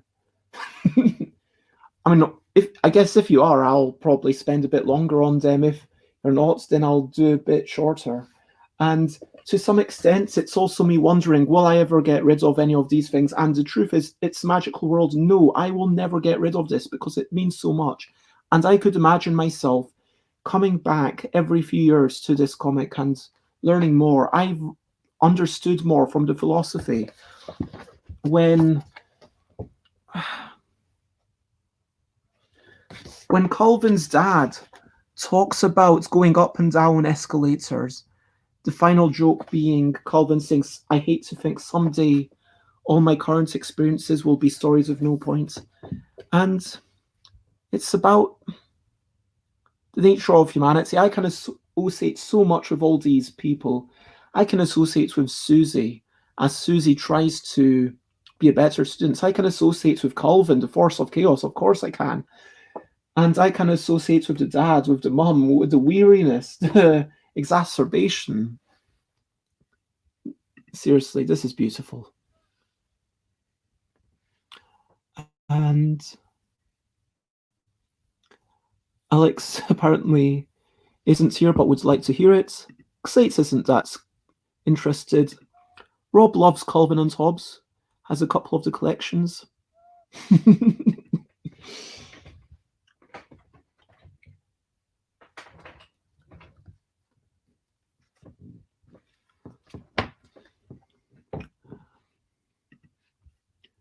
So I am going to tell you about these. This is by John Allison, 2004 to 2006. Is that correct?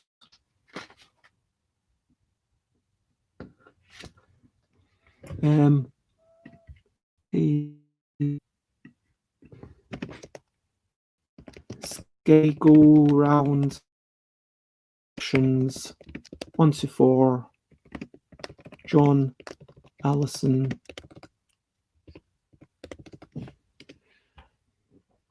Okay, I'll just do a quick one in that case. So, I don't know if anyone here is familiar with John Allison. I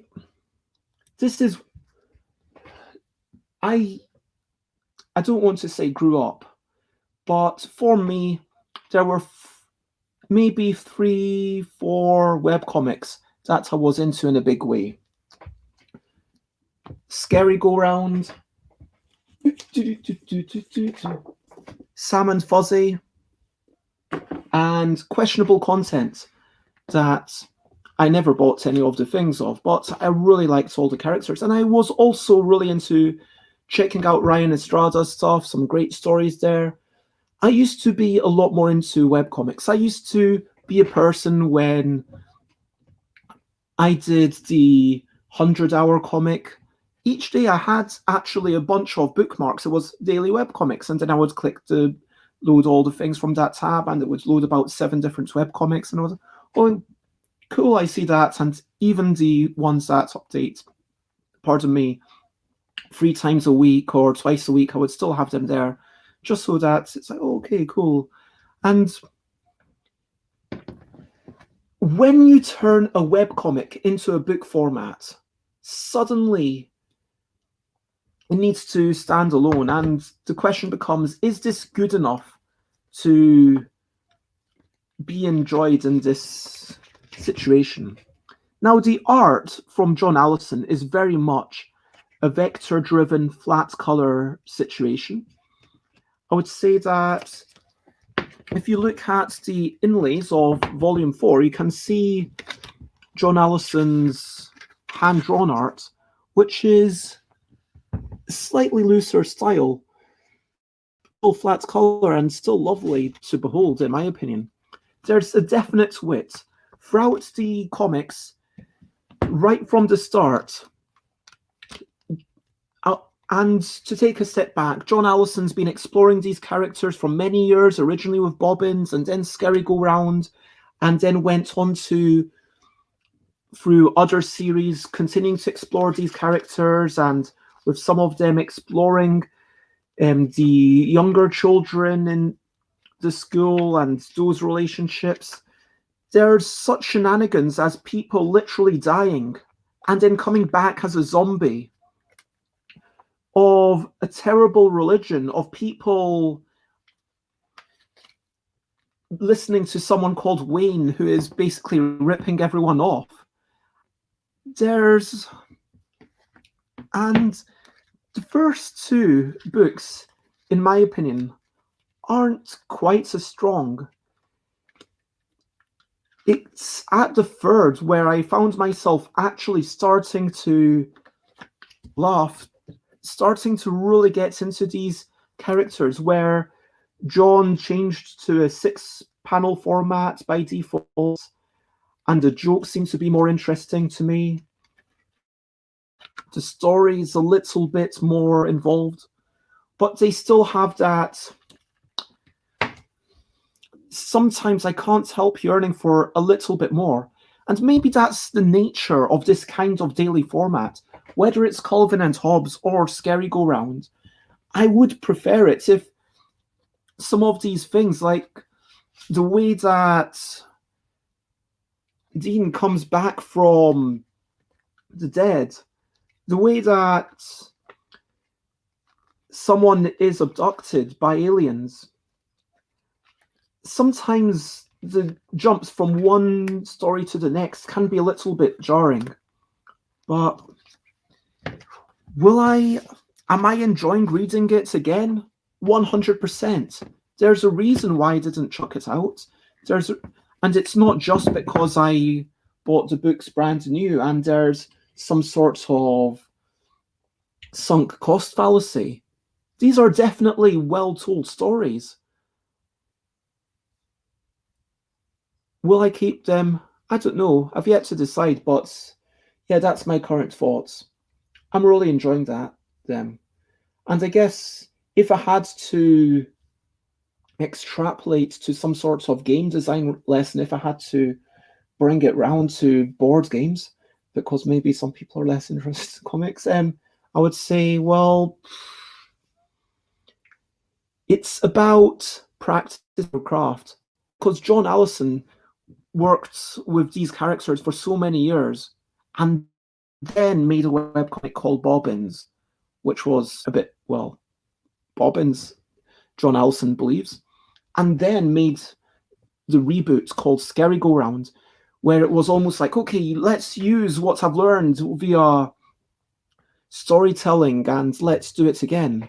And I guess with game design, there's the same thing, which is to say that we can reinvent ourselves. We can make a series and then go back. And I should maybe looking at the L deck, I shouldn't be afraid of, certainly I wouldn't want to do it every year, having a new distribution of letters, certainly not in the English language, that would be ridiculous.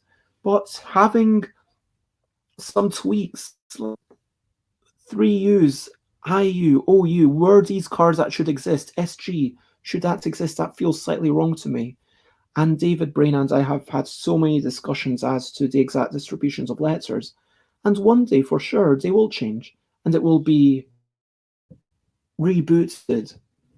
And we can practice our craft and continue to improve, even as we go from game to game, the same way that John Allison did, going from comic to comic, but still having principles. I'm not saying that I want to only ever make games about contortion. Of course I don't.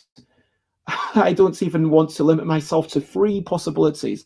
But at some point, yes, I will make a reboot of Kitty Cataclysm at some point. Yeah, why not? At some point, I will make another contortion game that's not just Yogi Jr. Maybe. And at that point, I will have learned from it. And so I guess it's really about the appreciating the practice. And so, yeah, those are my thoughts on Scary Go Rounds, which I'm probably going to finish reading the collections of over the next few weeks. So, yeah. And that is that. What have we got left? Say What, Invizabell, Biddell. Okay, this is just a very quick bunch of thoughts, and if anyone is thoughts on, I'll actually lump Invizabell, and then I'll change that to Biddell in a wee bit. So, just a quick update. If anyone wants to join in the judging, then please do so. And if you want to stay unaffected by my own opinions, then feel free to mute this, because after this I'm just going to say that I like this and I'll keep this, and that will be the end of my show. And this isn't even going on Board Game Geek or anything, because although having said that, I feel like both of these are good enough that they should be okay, look, Invizabell and Biddell, actually I'm going to lump these together.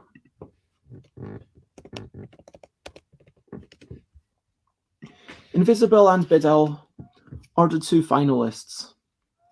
Invizabell, for those who don't know, it's all about having that 5x5 grid where you then one person is hiding, one person seeking, and the hider is trying to use all 25 of the letters, and the seeker is trying to find the hider 3 times. Now, the hider makes words going, for example, rise, R-I-S-E, or rides, R-I-D-E. Well, I can't go back to the S because you're not allowed to revisit things. But the point, whilst one person is traveling and making a note of where they are, so it's a hidden movements game, there's also word making because the person is making words, and there's also the seeker then gets told A, how long the word is, B, one other clue. Now the second clue can be either the suit, for example, I like to call these vertical lines and dots, sometimes I call them Morse, or squiggles. So there are a bunch of each, or you might put a number, and the suit tends to be the better one, but sometimes you're like, okay, I worked out a bunch of words and it's one of these. Or you can find out what's the first letter of the word that was used, which, especially if you know what kind of area the previous word ended up in, but you're not sure of the specific area, then that can help. Now, this is a game that's difficult to balance, as is any asymmetric game. It's going to depend so much on the people playing. Now, with my dad, we've tried a few house rules to try and make it so that the seeker can actually stand a chance, because we're finding it's just too difficult as the seeker. But maybe you argue that we just aren't thinking long enough.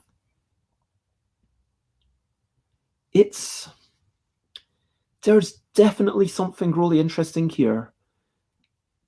Currently, I feel like the issues with it are essentially the kind issues that are integral to the kind of game it is. It's like if you sandpaper over every possible flaw, you take away from what the game is. Like if you sandpaper over the player elimination in Werewolf, well, then you're making it less enjoyable for a lot of people who enjoy Werewolf. If you take away the difficulty of being a seeker, then you're taking away from what other people would enjoy. Conversely, I know that at least one judge wrote back to say that they weren't able to play it, but they hypothesized that it should be quite difficult as the hider. I mean, it's going to depend so much based on who you're playing with, who is the hider, who is seeking. And I think it is always going to be easier if you have two people as the seekers, pondering the words, trying to think, oh, what might the hider actually have been thinking? Okay, we've narrowed it down to 3 that we can think of. Okay, now we've narrowed it down to 3 that we can think of. Okay, what's differentiating these particular cards? Okay, let's ask about that feature. And there's definitely a lot to think about. It is a great game, and that's why it's a finalist. And yeah, I didn't really want to say much about this at all, just my current thoughts on it. And with my dad, when my dad was seeking, I told my dad actually how many cards away I was for each time. So my dad would quite often be able to know exactly where I was starting from. And yet I still managed to finish the game as hider without having been found once. I also, there was something else that I did to help my dad.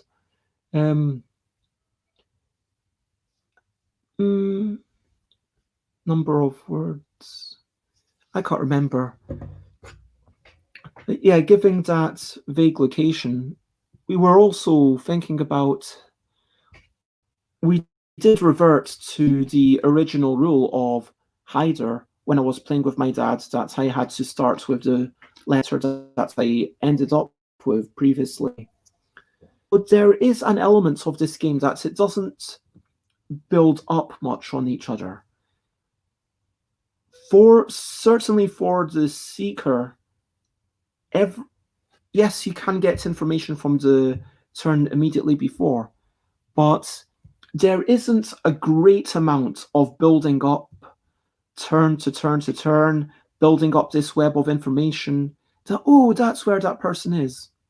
But then I look at Scotland Yard, with the first, and a lot of people would say still one of the best hidden movements games, where it's punctuated by those moments where you know exactly where the person is, and then it gets more and more and more unknown until again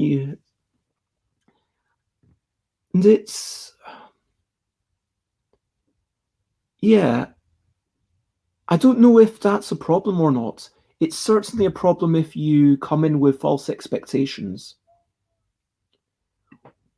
And for sure, nothing's this is a thing about the contest in 2020. Now, normally, all of these games would ideally be played with a large number of people in different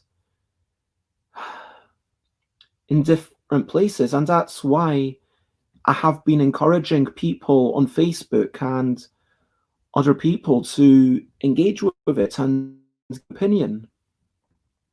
And so, yes, for sure,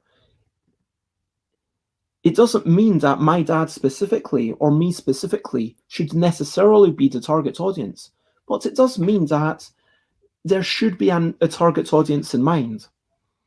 And if we can't find a target audience who says, actually enjoy this game, then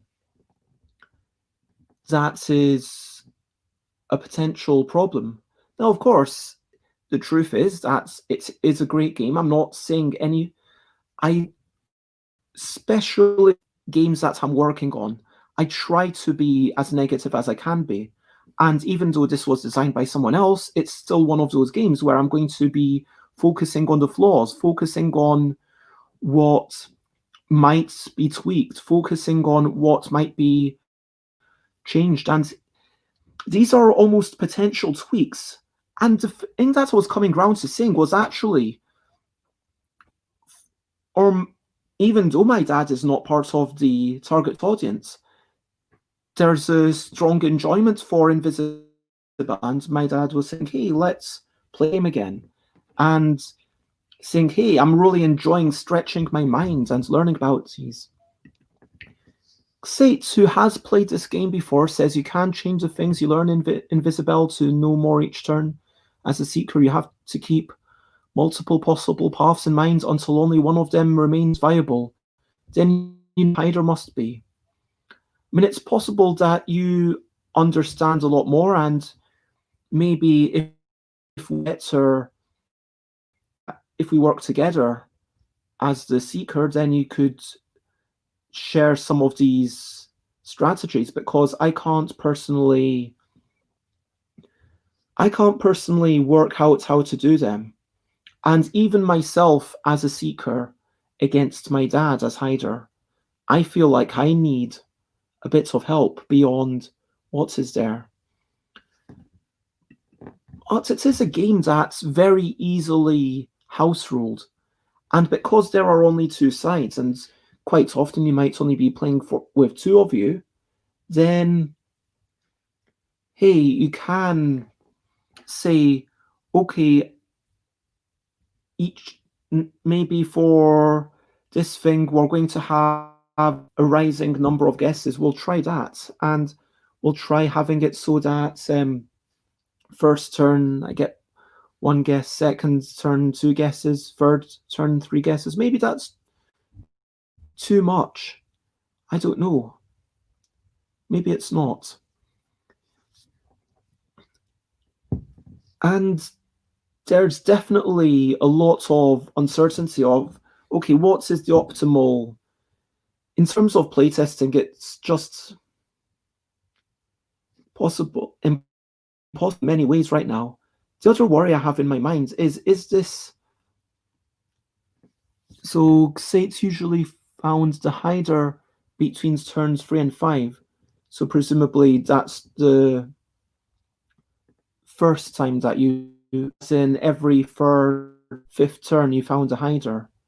That's giving them, if you're only finding them every 4 turns on average, 4 turns, 5 cards, as long as you do 4-letter words, well, that's 16 cards that you cover before you get found once. And you could cover the entire board before you get found a second time. I was playtesting when undeaf. Okay, Xate was one of the playtesters. And when hiding, got through at least 15 cards. It's... Anyway, I know that there's been a couple of judges who've a lot of excitement over the style of the game and the fact that it does push it into a place which hasn't been done by any of the other things. And so I am genuinely excited by it. One concern that I have is it is a game with such a long amount of downtime. Now, this long amount of downtime is the more agreeable say on the internet, I would hypothesize, when you're able to wait for the other person to make the move and other people aren't having to sit there, wait for you. Other people are able to do their own thing. But in person, it can change a wee bit. And I'm not saying that's a bad thing necessarily, it is just what it is. And of course, it doesn't matter how it is in some ways relative to other L games. What matters is, is this a game that someone would play on their own? And certainly when I released the L deck, I felt like all of these are games that someone does enjoy on their own, and someone has bought the deck for one of these and says, yes, I bought the deck mainly for Fable. I mean, people have said that. Someone has, I bought about the other games, but I adored Alphabetical. And this is a great game. I'm recommending it to everyone. And yeah, that's... Now, I sometimes have worries that maybe I have bitten off a bit more than I can chew, and maybe there aren't quite as many genuinely different L games that can, for there to be one brilliant headline game each year. But, I mean, the question becomes, who would enjoy this? And sure, we can back of the box. You need pen and paper for this game, and I feel comfortable writing that because it's a simple enough thing to add. But I guess my thoughts at this point in time are kind of, yeah, who is the target audience? How much does the target audience like this? Because I get that it diversifies the things.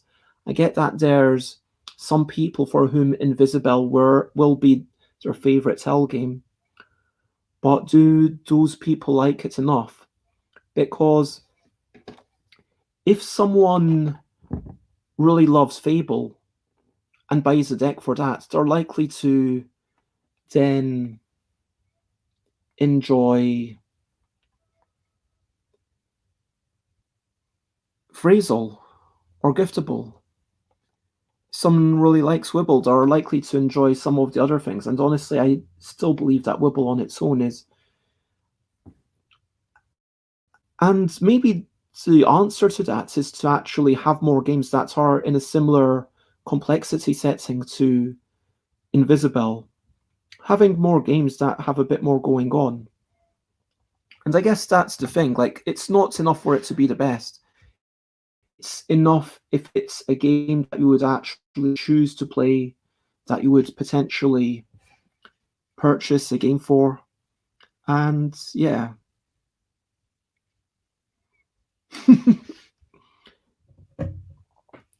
Invizabell says, making the L deck accessible to players of Whaaat. I can't say it well, but Xate can't spell it, so it's all good. Anyway,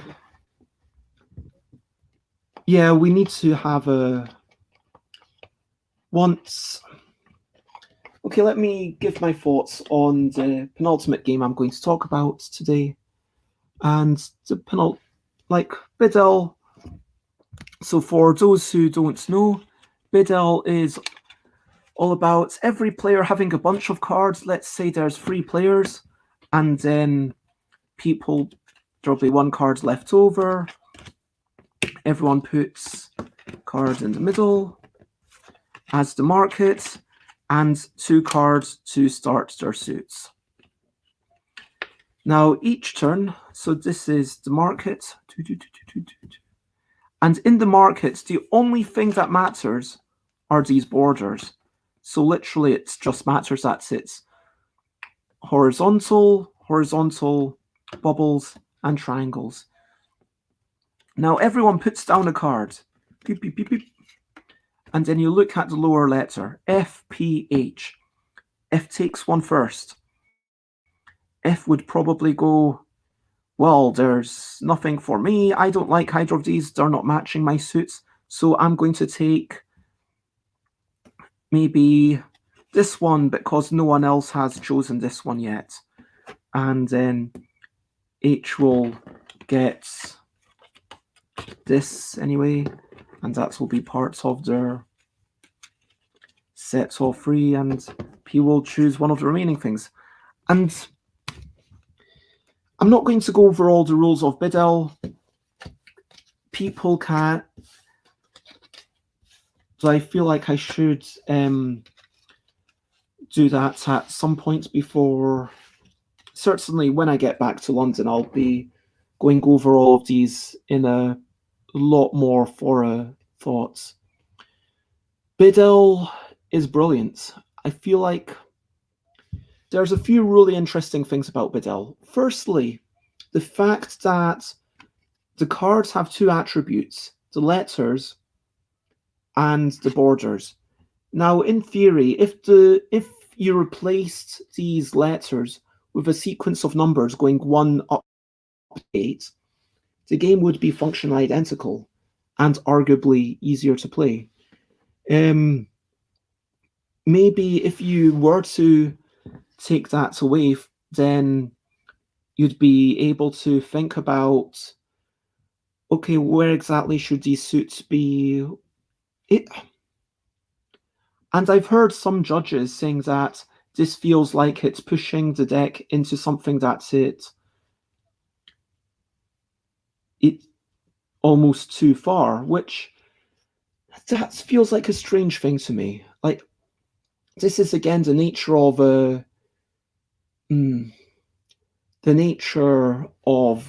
game system. Like, if you start making a game that says, okay, if there's an even number of pips versus an odd number of pips, then do this or that. If the king's facing left or if it's facing that way, then do that versus that. And playing based on things that you don't normally play on. I mean, to me, that's part of the charm. That's part of the wonder of the game. And it is, as it started off as a, let's say, a more complex game where you had some cards face down and wanting to get into the discussion of how it's evolved right now. I'm really not wanting to get into that discussion. But look, the notion of having to bid with something and using essentially the rank, because SG is beaten by IB, AJ, because it's all about the sequential order of using the rank when you bid, but then taking the suit. When you have your initial hand, getting rid of a few actually helps mitigate that luck a tiny bit, because it's okay, you get dealt a whole bunch of cards and you just pick most of them rather than worry about your really rubbish things. But sometimes it's okay to have those rubbish things, even though instinctively I want to get rid of my worst cards and put them into the markets and in front of me. Sometimes sometimes that's not actually the best idea, especially if I've got access to a couple of Bs, in which case I'm laughing. If it's evolved into being a game that I'll pretty much always play a few times in a row, will happily play it out. It feels like, probably as one judge stated, it should really be a 3 to 4 player game with a 2-player variant. I might be a little bit overzealous in trying to extend the player count, but yeah, these are very, very different games, but both of them are brilliant for different reasons. Biddell, you're making quick decisions, you're playing against the other player, you're not sure what's going on, and at a certain point it reminds me of those traditional games, Rummy, cribbage, but it's very much its own beast. It bears no resemblance to anything I've seen before, where the cards you're bidding with each turn become the cards you're bidding on the following turn.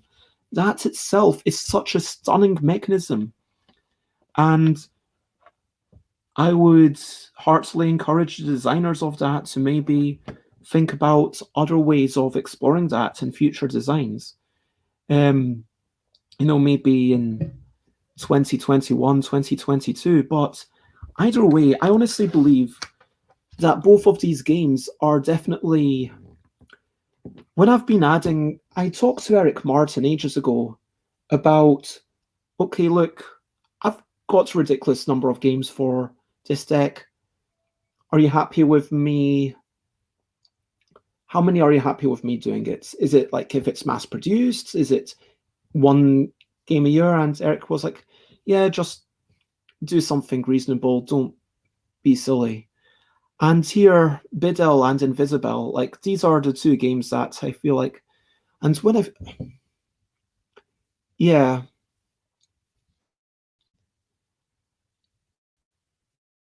I'm reminded actually of Paul Mansfield's game last year. Paul Mansfield's was Unfinishable, formerly known as Super Ghostal, based very much on a public domain game, but using the L cards did make it different enough that, okay, this is a really good idea. It needed literally no change. And for two people, it's only for two people, but for two people who know words quite well, it's really good. And that feels like, Unfinishable and Invizabell, those are the kinds of games that could sit more alongside each other. I don't know what's going to be the headline game of 2021, but I do know that for all the things that people put up on Board Game Geek, Unfinishable, I really should have put that up. And now thinking about it, that was really remiss of me.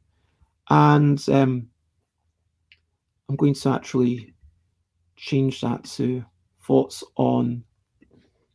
There we go.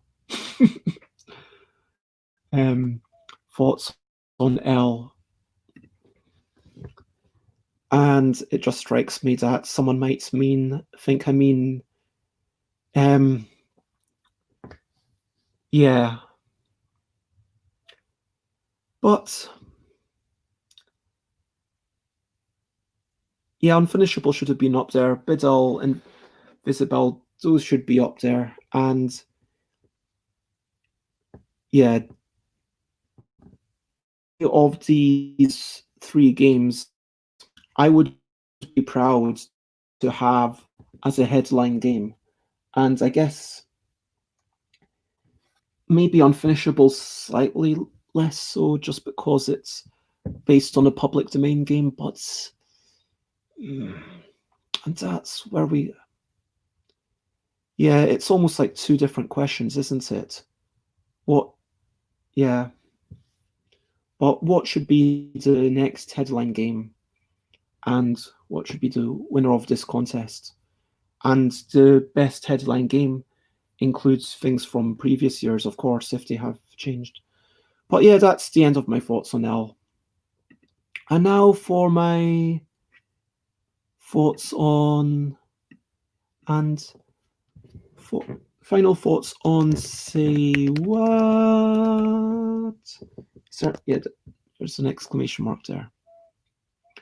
Okay, so say what?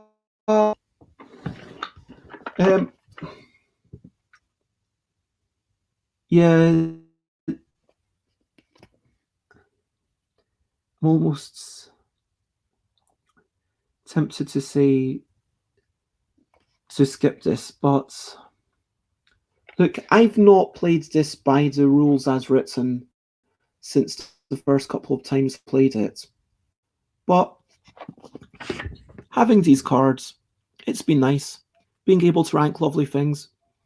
Playing with my own house rules for a bit, and then playing these components by the rules that the designer had for the previous game.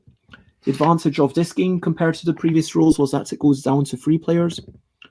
But if there's 4 of you anyway, then who cares? And that's a nice thing about these sorts of things. Honestly, the game isn't just the rules. It's not just the components. It's all of these and more. A game is the mixture of components, rules, the people you play with, the specific words, like if instead of fire, it were hell on this card, and sorry to anyone who finds that offensive, but if this card did actually have hell on it, then obviously that would be a very different game. Or if it had heaven on it, or if it had, the things that are chosen, if it had magical pony, if it had Pegasus on here rather than laughter, if it had a genie who is a little bit hard of hearing on this one, if it had BEZ on one of these cards, that would be a very different game. I mean, it would also be a bit more of a niche market, frankly, if it had me specifically there. And part of the joy of a game like this, part of the joy of a game like Wits and Wagers, is that you don't have to think. You don't have to create the content. Because, okay, let me just say, in this game, the rules are fine. They are very intelligible. It's all good. The board, the components, they're all good. Probably not going to break. Bend it the wrong way. Yep, that's probably not. I mean, I'm sure I could break it, but unless you're trying to break it, it's not going to break. Really serviceable. On the corners, it can be a little bit tricky to fit everyone in, but it's good enough. It works. I've been playing quite a bit with only one deck. There's another entire deck of cards because I've been going ground, flipping them and putting them to the bottom, and then once I get through literally everything, then we'll start using them. The colors is it colorblind friendly? Some of these colors are a little bit similar. My dad is hard of seeing, but they've got icons on the back, which is so if you can't quite remember, as long as one person can say, oh, that's who's in the lead, it doesn't really matter who's in the lead. It just matters for the person who's moving scoring markers. And then, whoops, you've got swords or guitars or what's the final one? Cars. I mean, they're fairly inoffensive things. Just, hey, here you might want to be red, which is the hearts, or purple. Anyway, so yeah, components are good. What's the contents like? I've not looked through all of the content, but teachers, underwear, music, you can see that it's all really inoffensive. You could also say that it's not that exciting, but these are real concepts. And then you might say, what?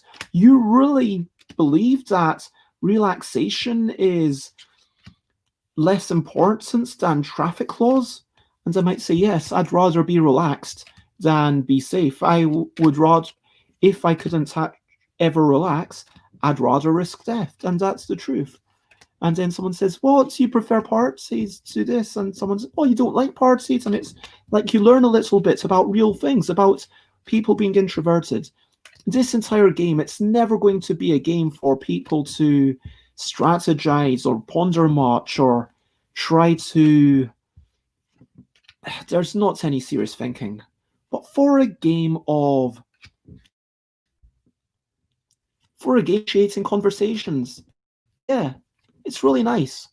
Whether you play it by the rules as written, whether you play it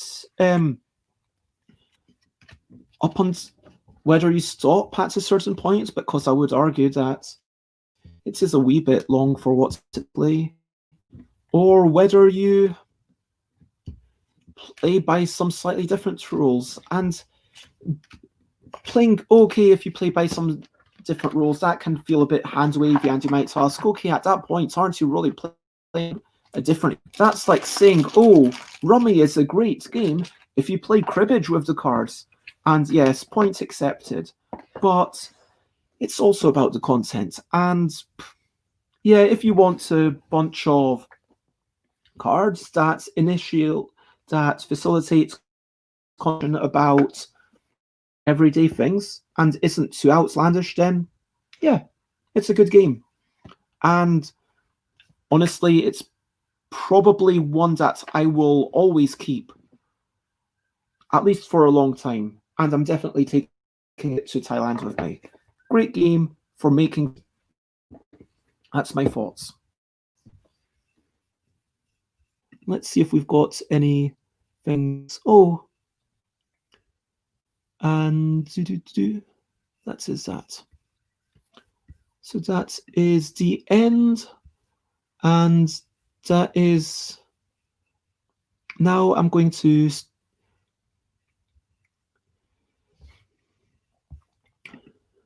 And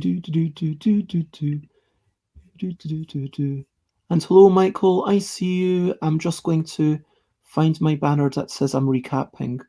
So, okay, so let me recap and wrap up.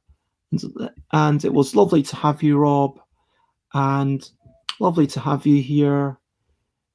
See you soon, Rob, in space for the crew, I assume. Wondering if I've missed BEZ. Yeah, I didn't. Yeah. Seriously, I feel like I was very nice to everything. Like, both of all those games that I mentioned are really brilliant games. It's just that nothing is above criticism. And that's the thing. Like, you need to be able to understand. Just because I'm saying, like, this is a really good game doesn't mean, okay, that's good enough. Stop, job done. It's like...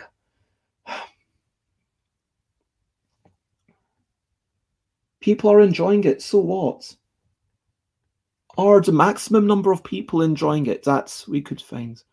Oh, sorry. You don't have to apologize. I need to improve my sarcasm thingy. Oops, I did it again. Okay, so what did I actually talk about? I talked about Backgammon, great game. I talked about Rummy, the way my mum plays it. Okay game from my perspective. I'm happy to play it to spend time with family. I talked about a couple of comics. I did talk about Fruit Spy. This is actually okay game.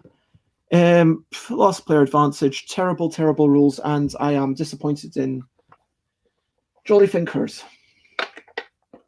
I talked about Calvin and Hobbes. I talked about Scary Go Round. Great.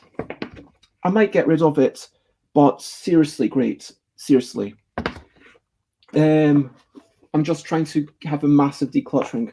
I will always keep Magical World. Amazing. One of the best comics ever. Oh dear. Ignore that. Nothing's broken. Talked about a few L games. Hey! Oh, an ex stole all of your books. Man, that is so sad.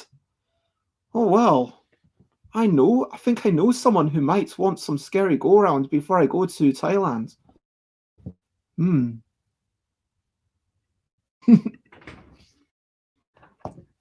not going to...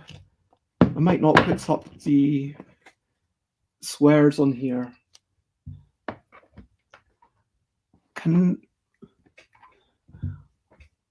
They were all signed, nice.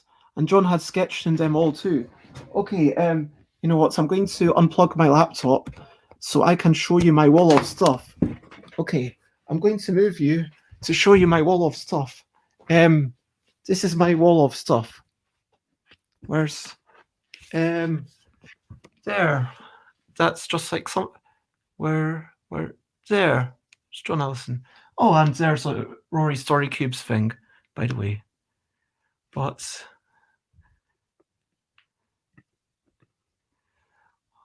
that's my wall of kind of memories and tickets that have been to. Oh yeah, I'll go over that wall of stuff and explain it on another day maybe.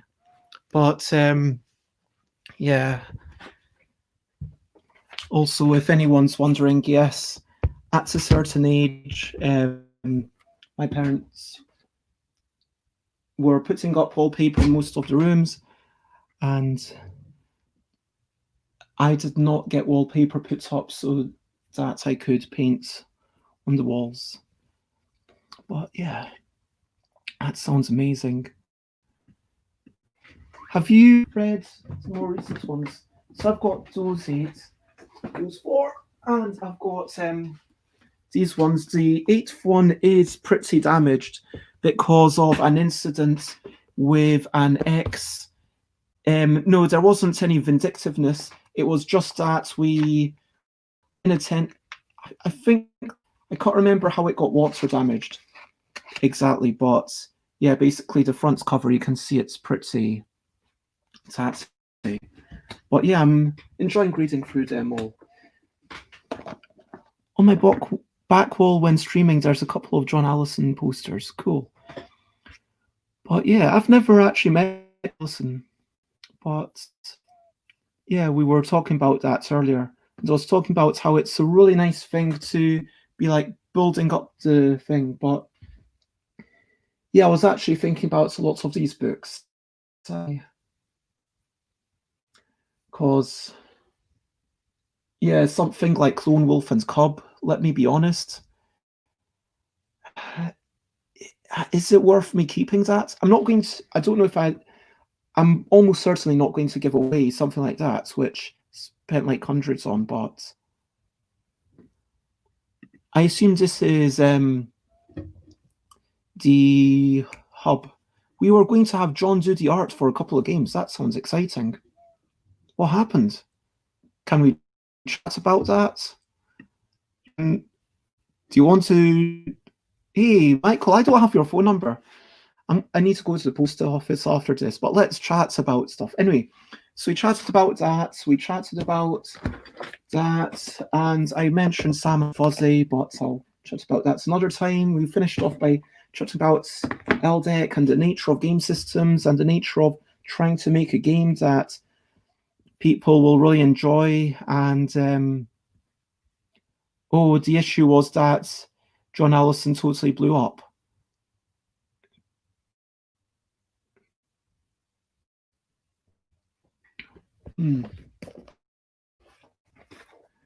I'm not even sure if this is... Yeah, because, I mean, has John massively blown up since figuratively speaking, in terms of popularity, of course, since the Scary Go-Round days? I didn't realize that. But yeah, I guess someone like that keeps doing stuff and keeps doing it at a certain level of quality, then yeah, it's inevitable. So, that makes sense. But yeah. Anyway, that was my recap and up of what's happened. Oh yeah, also there was a song about Rob, and I had another song that's about a game. And if you want to find me, I'm stuffbybez.com, stuffbybez.booker.com, twitter.com/stuffbybez, instagram.com/stuffbybez, twitch.tv/stuffbybez, where I stream every day at 10 a.m. UK time, normally-ish. Still haven't missed a day, even though I've been 10 minutes late one day, and started an hour earlier and finished around 10:02 another day. But Bez and Friends Game Day will return. So go to the Discord, please. And thank you, everyone, not only Michael and Xates and people watching now and people watching after the fact, but also everyone who pops in along the way. Thank you, everyone. And oh, Xates, did you add a word to the ban list? Thank you. So does that mean that... Let's see what happens. Oh, wait. As a moderator, would it block me? Or can someone test the ban? Let's try. Michael, could you repeat what you said previously, just for science? Anyway. Oh, apparently we can type it, but Michael can't. So VIPs can't, but... So a VIP cannot, but admin can. Is that what you're saying?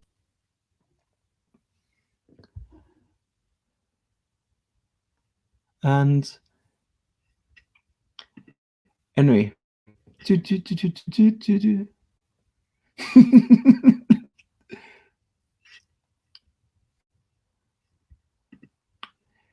over to you. What are you up to? You can share anything you want to. Now, Michael cannot type it, apparently. So there is at least one word that Michael says they are not able to type. Now, what are you up to, and what are you looking forward to? I am going to go to the post office.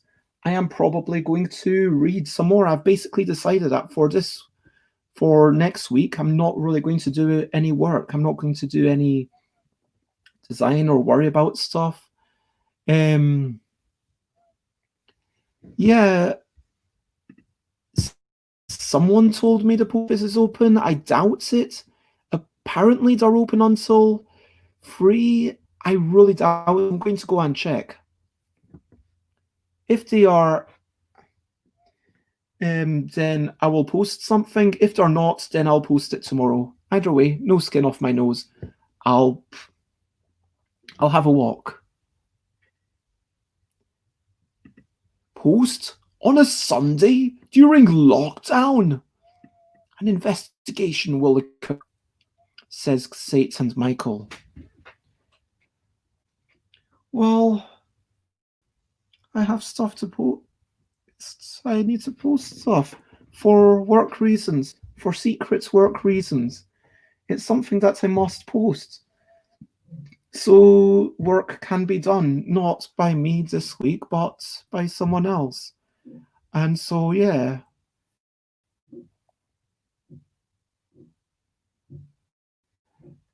And I still can't post the things in my UK in my fridge to the UK, says Xate, where apparently German post offices are not accepting anything to UK until next year. There's some yummy things going to people that I know through Twitch. We all know through Twitch. Michael is adding Nightbot commands to the Twitch.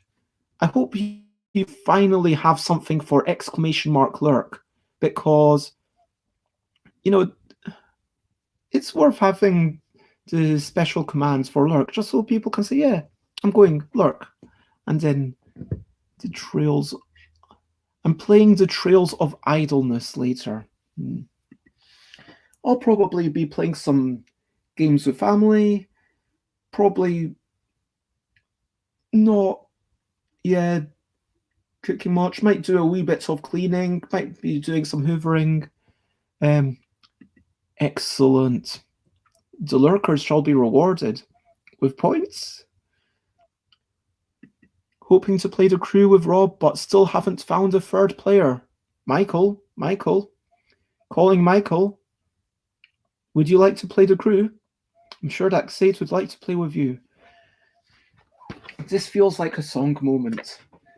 Michael, would you like to play the crew? Sade, I know, would like to play with you. Michael says they're not going to play the effing crew. But why not? Why not? Do you just not like the crew? Do you not like what you have to do? Do you not like to cooperate? Do you not want to date?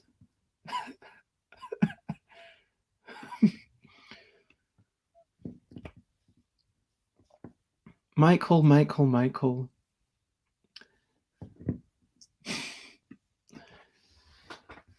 Anyway, you will play Michael and you will like it. I won't try to get you in the second campaign.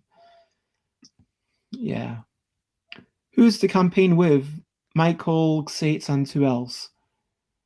But I think CK is a bit for the fracking. I think the only word that fits there is fracking. It just doesn't make any sense. What do you mean it doesn't make any sense? Like, when did games have to make any sense? I mean, we're putting numbers and then the biggest number gets a thing. Why do auctions make sense? Why does worker placements make sense? Why are you getting all these bits in Tolkien? Why are you moving your counters and holding on? Why are you making these sets in poker? Since when did board games make any sense? Anyway, I am going to continue winding down. For my next streams, look at stuffwithbez.com/streams. Feel free to share, spread the word. For my next streams, oh yeah, I've already said, I am going to be doing whatever I want tomorrow. And then Tuesday, it's freebies with Alan Paul, Jess Hancock, and Michael J. Fox. Chaotic Shenanigans on Wednesday, Thursday, and Friday.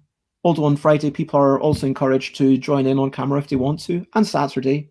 And then on Sunday, I'll review some more stuff, which... Oh, and I have ordered the crew. We'll see when that arrives. Honestly, I'm probably going to be reviewing more and more non-board game things over the coming weeks whilst I remain in Glasgow, because there is a finite number of board games that I had here. But yeah. Michael Fox. Space travel is all about communication, and the crew is all about secrets and lies. What? Lies? Why are you lying in the crew? Why are you lying, Michael? Why are you lying? There's no lies. You should not be lying. Yeah, exactly. I've never lied. Why would you lie? Why are you lying? I'm disappointed in you. I'm not angry. I'm just disappointed, Michael.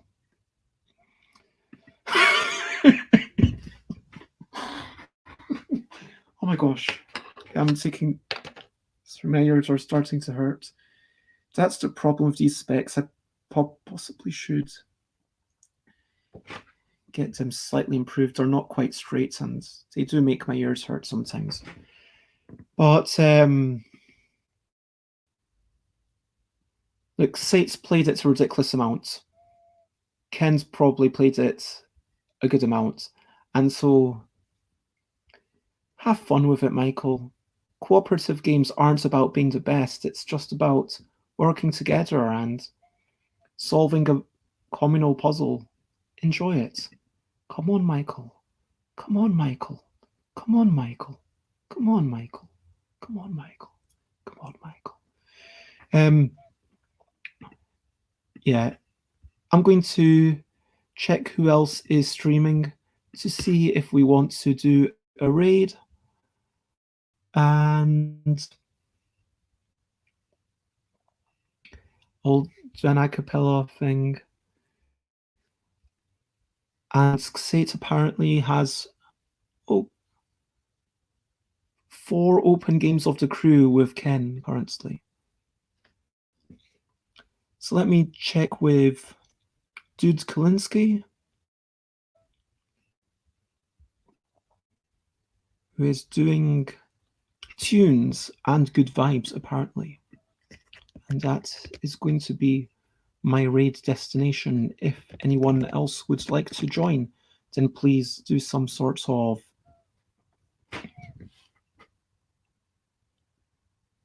oh cool, I just noticed that there's some new, I'm trying to work out what that is. It's a bit too small for me to see clearly, but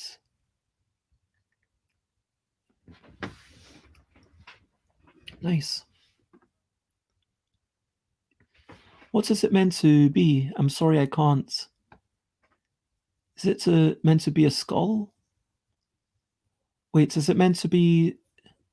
Oh, it's a muffled gorilla. Okay. Ah. It's a muffled sounds of gorilla violence emote. Makes perfect sense. Okay.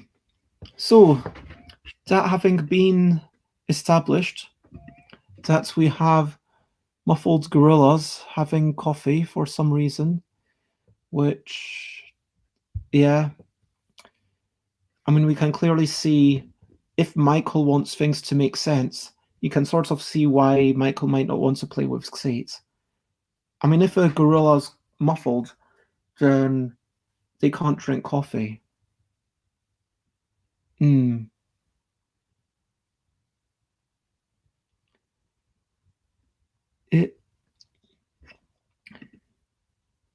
Yeah, I would say something that's maybe a darker thing. Oh, sorry, you're asking Michael. Okay, I know that where and I'm not wanted. Okay, well, in that case, the only thing that I have left to say is that lots of love. You're all wonderful. Lots of love to everyone who watched this, everyone who chatted along, everyone who popped in, everyone who watches this after the fact. Lots of love. And for now, the only thing left to say is, ouch. Bye, bye, bye. This is a goodbye song. Bye, bye, bye, bye. Thank you for watching along. Bye, bye, bye, bye. This is the end of the show. Bye, bye, bye, bye. And now it's time to go. Bye, bye, bye, bye. This is a goodbye song. Bye, bye, bye, bye. Thank you for watching along. Bye, bye, bye, bye. This is the end of the show. Bye, bye, bye, bye. And now it's time to go. Bye-bye, everyone. Bye-bye. Bye-bye. Bye-bye. Bye-bye.